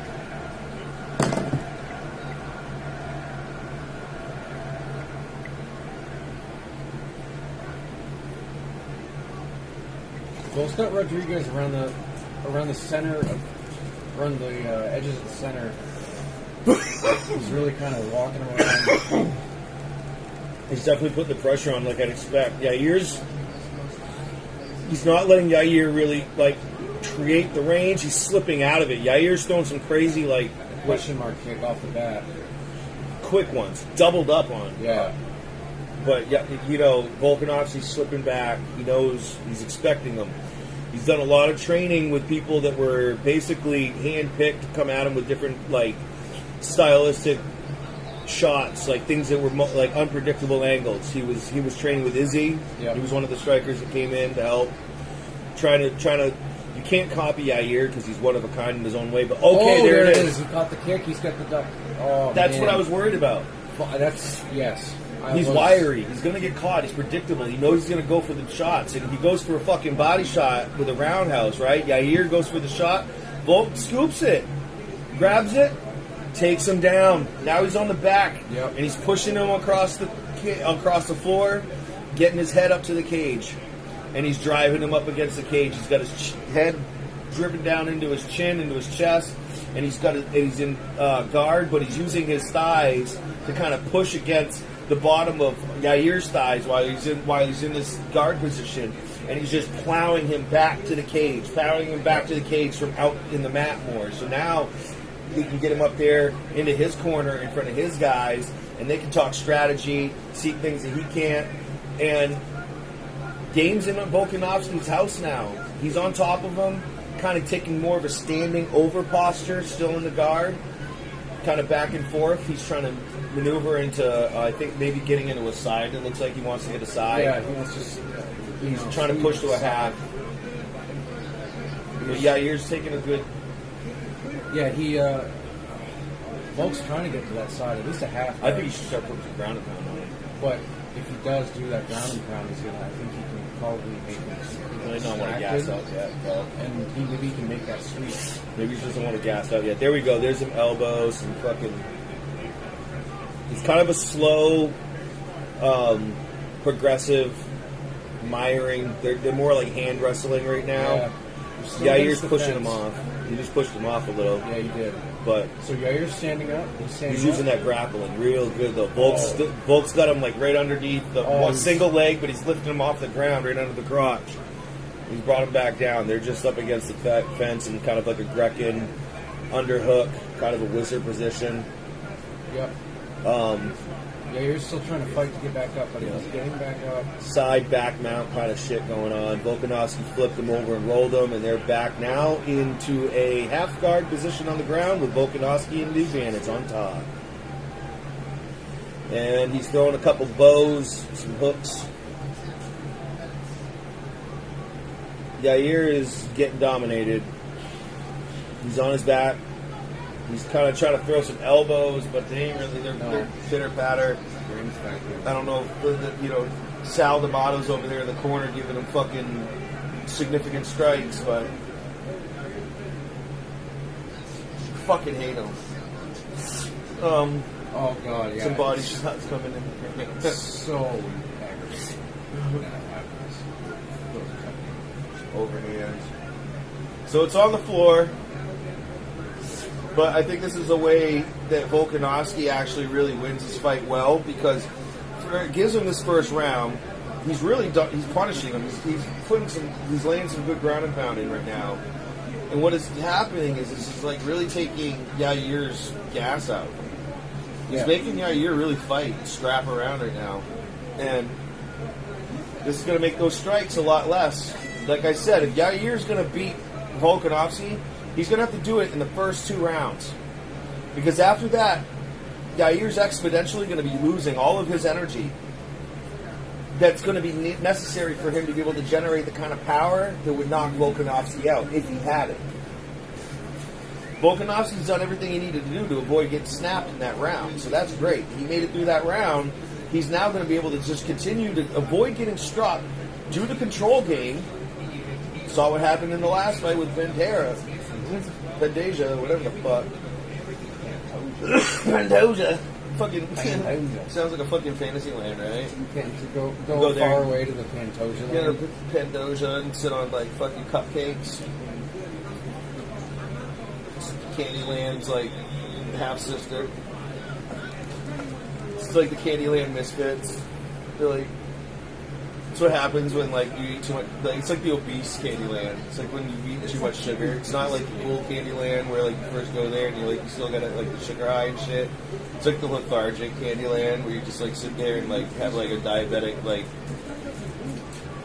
moment. I don't. You just go into like you just sit there and mouth breathe and just like conscious coma. Wait for the candy to grow around you and eat it at pace. Really out of just necessity doing it at this point, you know what I mean? Because like the withdrawals you go through are just like punishing from not eating that like amount of like concentrated sugar. Yeah. naturally grown from the earth, the land of Pandosia. Straight from the heartland of Pantosia. Okay, fight's back on. All right, let's do it. We're out of Pandosia and back into the fight. Reality. Reality's in. And the reality is setting in for Rodriguez right now because it's looking like he's Round backing 2. off quite a bit. And it's looking a lot like he does not want to fuck around No. and find out. He certainly doesn't want to mess around and discover. He fucked around a little bit. He didn't fully find out, but he got an idea. And now he's kind of like, maybe I shouldn't fuck around anymore because, I don't know, I'm going to like what I find. And he's going to probably find it anyways because it looks like, yep, Volkanovski's taking it to him, puts the pressure on, throws some strikes, gets him up against the cage again, got that press, going for the double, and sweeped him to the ground. He's going for back control. He's got a nice seatbelt over the shoulder. He could get him in a rear naked choke, but I think his short ass is not going to be able to pull it off as they stand up. Good job on Yair. That was really smart. I've been getting a lot of credit talking about Volkanovski and all that shit, almost fanboying him, but to be fucking fair, Yair's doing a good job in this case on this round to defend being stuck on the ground. Ooh, the trick was as beautiful. I said that. I know. I wanted to give credit to Yair right there a little bit, man, but Volkanovski just put a sweep on the foot, brought him back to the ground, and there he is on top, half guard. Good position to be in. A lot can be done from here. Good position to start getting somewhere with. He's gotten over to side control, but Yair's foot is stuck in Volkanovski's shorts. And they actually stopped for a second, fixed it, and went back into the fight. That was funny. That was cute. awesome. That was cute. Let him break a toe. Snap that fucker off. It's fucking war. I just like the whole toe thing. Like, Dude, I get why it's a rule. wasn't that last week? Some dude had his toes broken sideways and shit. Yeah, there was some dude, and it was just it looked kind of like grotesque. It was on Contender. Oh, it was on Contender. Or Tough, whatever. The Tough series, yeah. Ultimate Fighter. Cities. All right, he's going for that side. He's trying to get to his side. They're out in the middle of the mat. Man, this isn't And good for on the ground, Yair. on his back. Yair's Yair can't shrimp to the fence. He has no hope of getting up right now from this because Volkanovski's got him outclassed. got him dominated, man. He does. Dom. This sucks for Yair. But Getting good domed. for Volk. He's got half guard. He's maintaining half guard over This is- Rodriguez. Kind of alluding to what I was saying is dude, he learned a lot fighting against Islam. This almost looks like Islam fighting against Yair. Oh, yeah. I wonder if we'll hear about that this week. I'm going to consider that. I'm going to throw that out there. Yeah. I'm going to make a video this week about it on our YouTube page. Yeah, go follow Only on the Battle channel. Bros MMA on YouTube. We will not be doing any more lives here. We're going over to YouTube. This is their last one on this, one and only. Yep. Low budget. We'll have better view in a few days. Yeah. We'll come in and get it all We just set wanted up. to get this one in. But it was so, yeah, Get we out were of so our system. psyched about it, and it's a great way to Yeah, check out how we call stuff. He's just still the same, dominant. Yeah. Using this, so again, so that's really kind of I think what I'll do a video about. Is this. This is really looking like he almost took a fucking master class so Volkanovski looks like he took a master class from Islam Makhachev when he moved up and fought him. Yeah. And now he's sitting here, kind of almost applying that same kind of pressure and fight style, just getting him on the ground, miring him, keeping him overwhelmed with his weight, control. And that's the end of that round. Volkanovski's cut up pretty good on his head. Yair's cut pretty good on his eye. They're both geared, torn up pretty good right now. So they're in the corner. Let's hear what the corner has to say. Yair.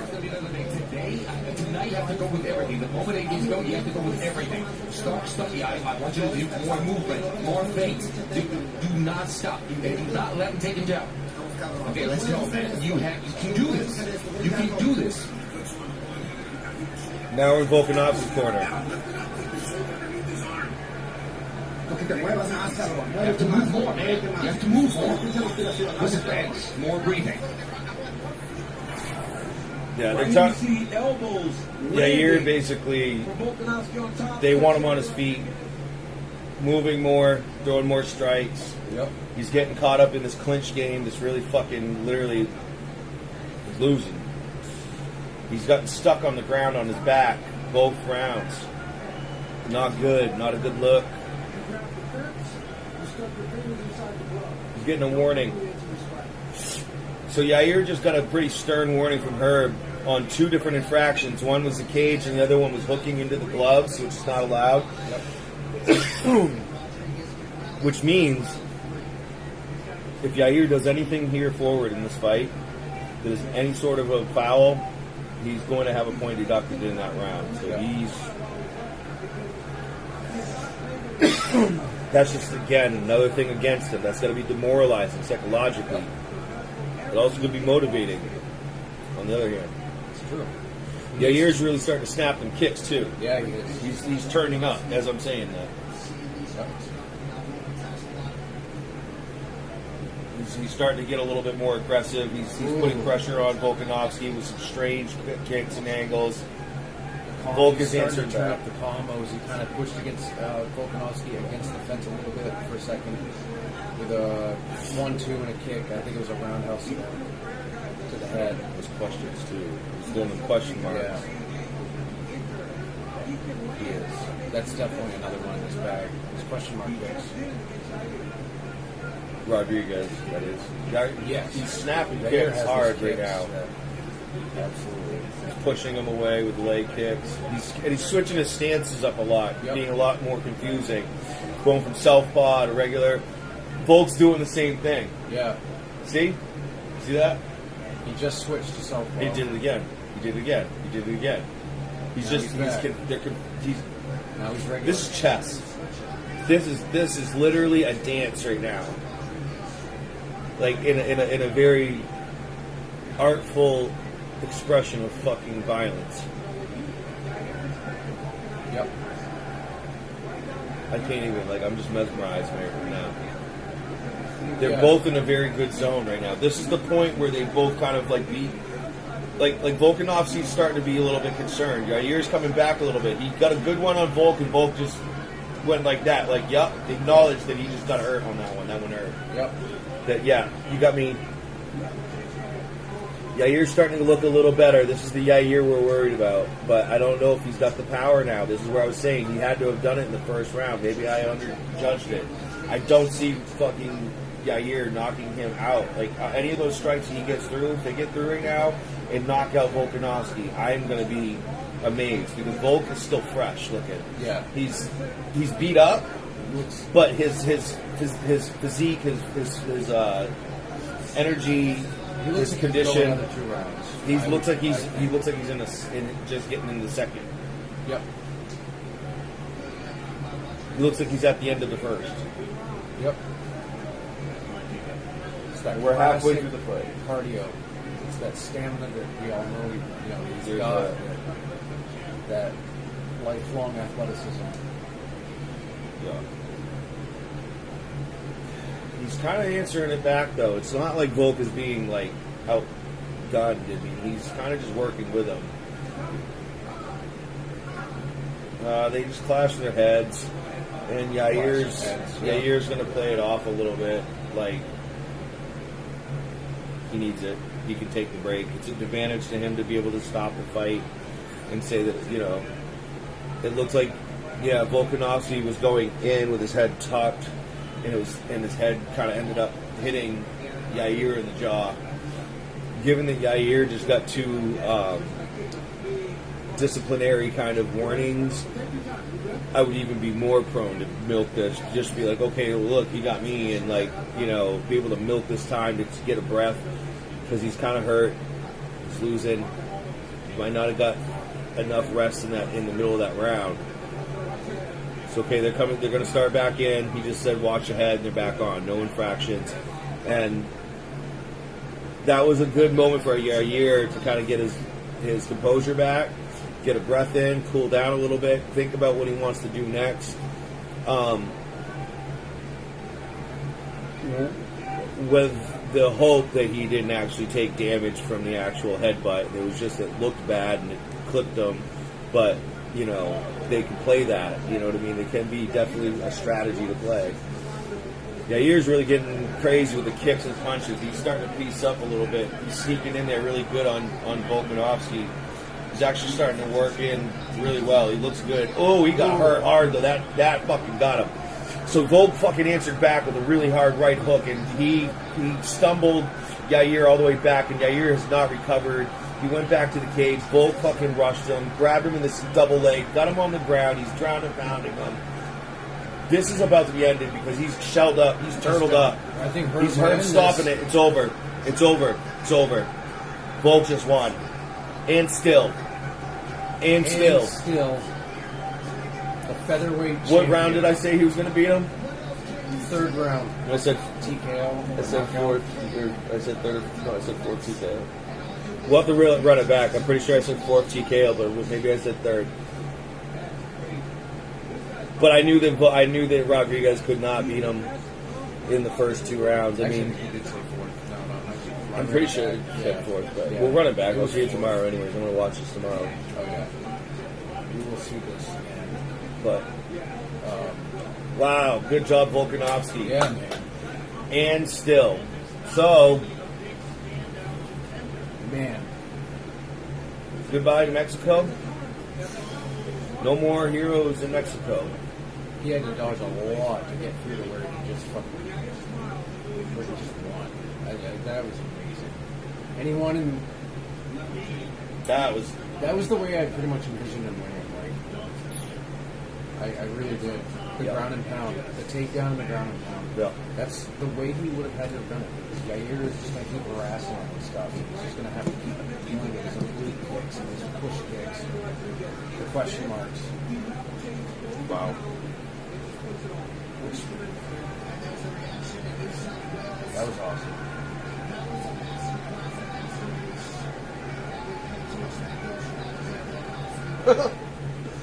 What's that? They're just showing the crowd, like, in Australia freaking out, like, watching the fight, seeing Volkanovski win. And I just watched this one guy sitting there cheering with his friends, and he's literally got a can of beer in his hand, and he's like, yeah, and he crunches it, and I don't think he's aware he did it. And he's got to, like, crunch, and he's like, oh, I can't even, I'm trying my best to, like, dude, you just had to see it. It was great. He's like, oh, yeah, my beer, I crushed it. He's so excited. He's so happy. Oh, my God. What's up, Josh? Give me.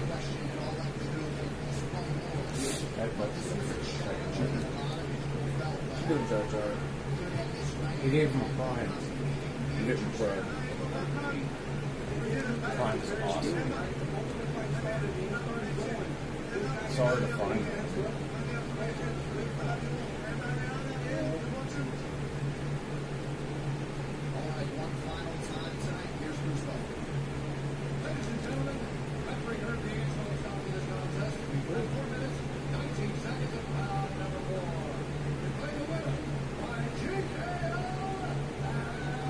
And still. Wow. Put the strap on him. Volkanovski pulled it off. So that was a good fight. That was a good card. Yeah. Only one upset in my eyes. The rest was worthy entertainment. Seeing Bo Nickel do what he done. Moreno put on a good fight. I'm sorry, bro. They fucked you, man. They were trying to dethrone Mexico, man. They're trying to build a wall. They had Donald Trump there. There was no way they were going to let nobody from Mexico win. Donald Trump was in the front seat. I'm serious. No, I'm just kidding. No, but he really was there. But he was there, so I don't... But I'm just kidding. Yeah. Or am I? I don't fucking care.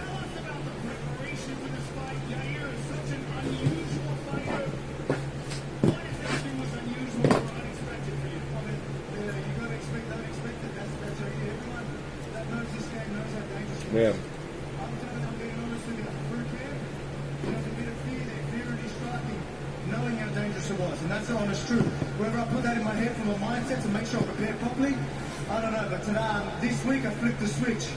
I prepared how I did because of the man I respected. But a couple of days ago, mindset switch. I'm the champ. I'm the king of this division.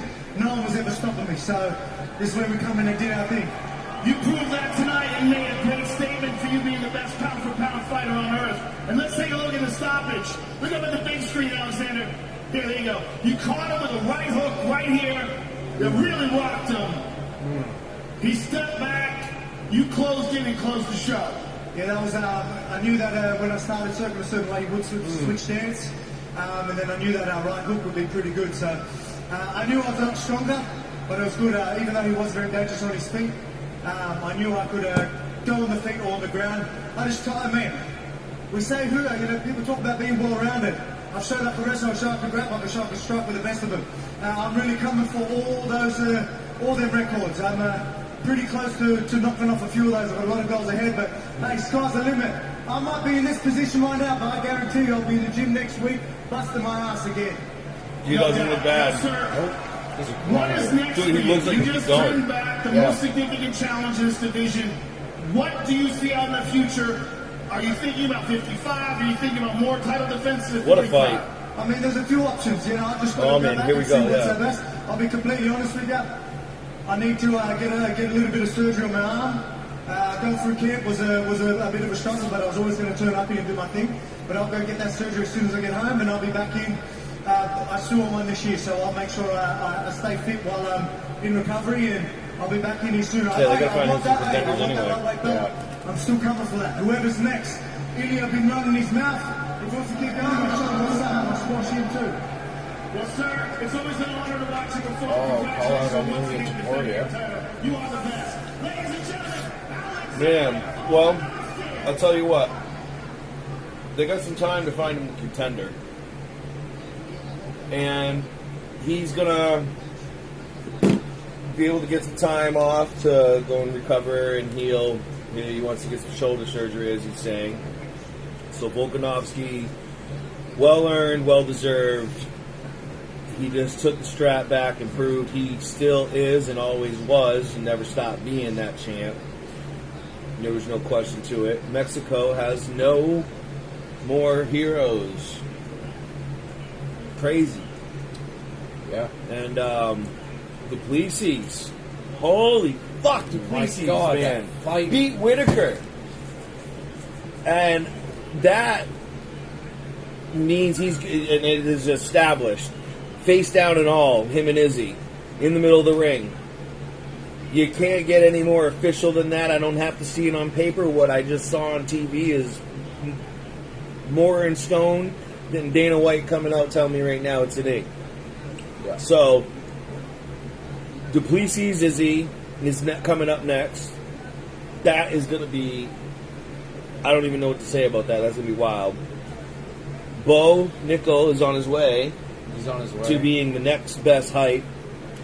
And he's got to find a new contender, and I think it's time to give him a ranked opponent.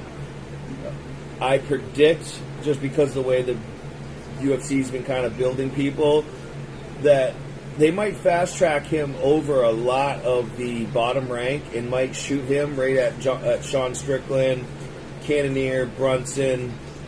I think those would be the first few, unless they want to take enough time off and make him wait for Whitaker to get healthy again. But I don't know. I think they don't want to put him in there with Whitaker. I think they want to try to get him past all these guys and get him in there with Izzy. Yeah. Because Izzy is going to beat Duplessis.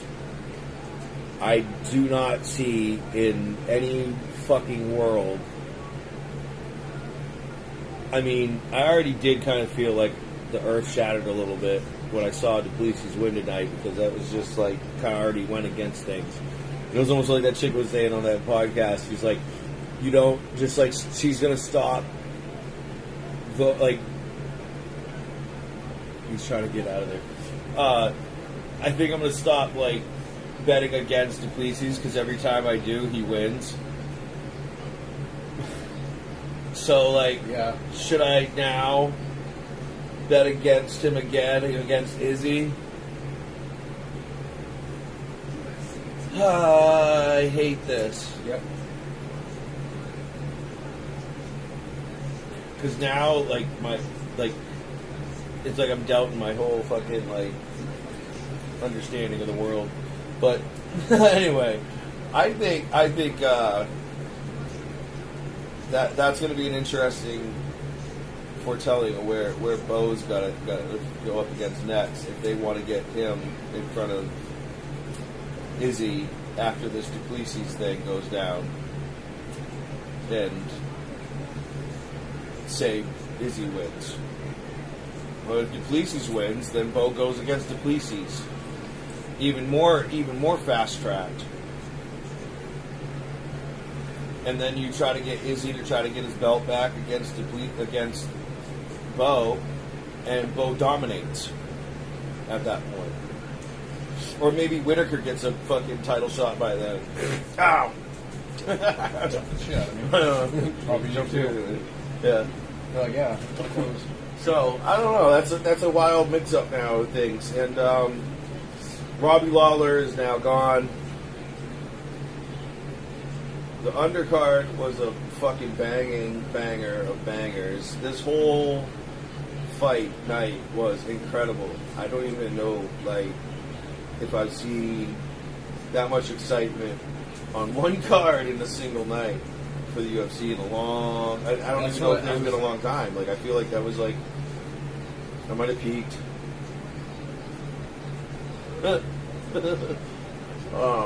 Yeah. Man. That was That's a wrap. that was an intensity that I haven't felt in a while. How do we come back from that? Like, what do we got next week? I think it's home. Is that Poirier? Fucking, are you doing the baddest motherfucker? Oh, maybe. Poirier versus I'll be able to see my first man since getting into UFC. yeah. So like what? That's Poirier versus Gaethje. Yeah. Man, That's gonna be a wild one. that was crazy. That was awesome. Yeah. Still mad about the Moreno fight, though. I'm going to definitely have to do a lot of research this week, and I'm going to get fucking knee deep up in that shit and find out what the fuck I was so wrong about watching that. The need. Yeah. Yeah. I'm going to put on my gasoline boots and stomp through hell, figure out what the fuck's going on. And I'm going to go all the way to the top, and I'm going to get to the bottom of this.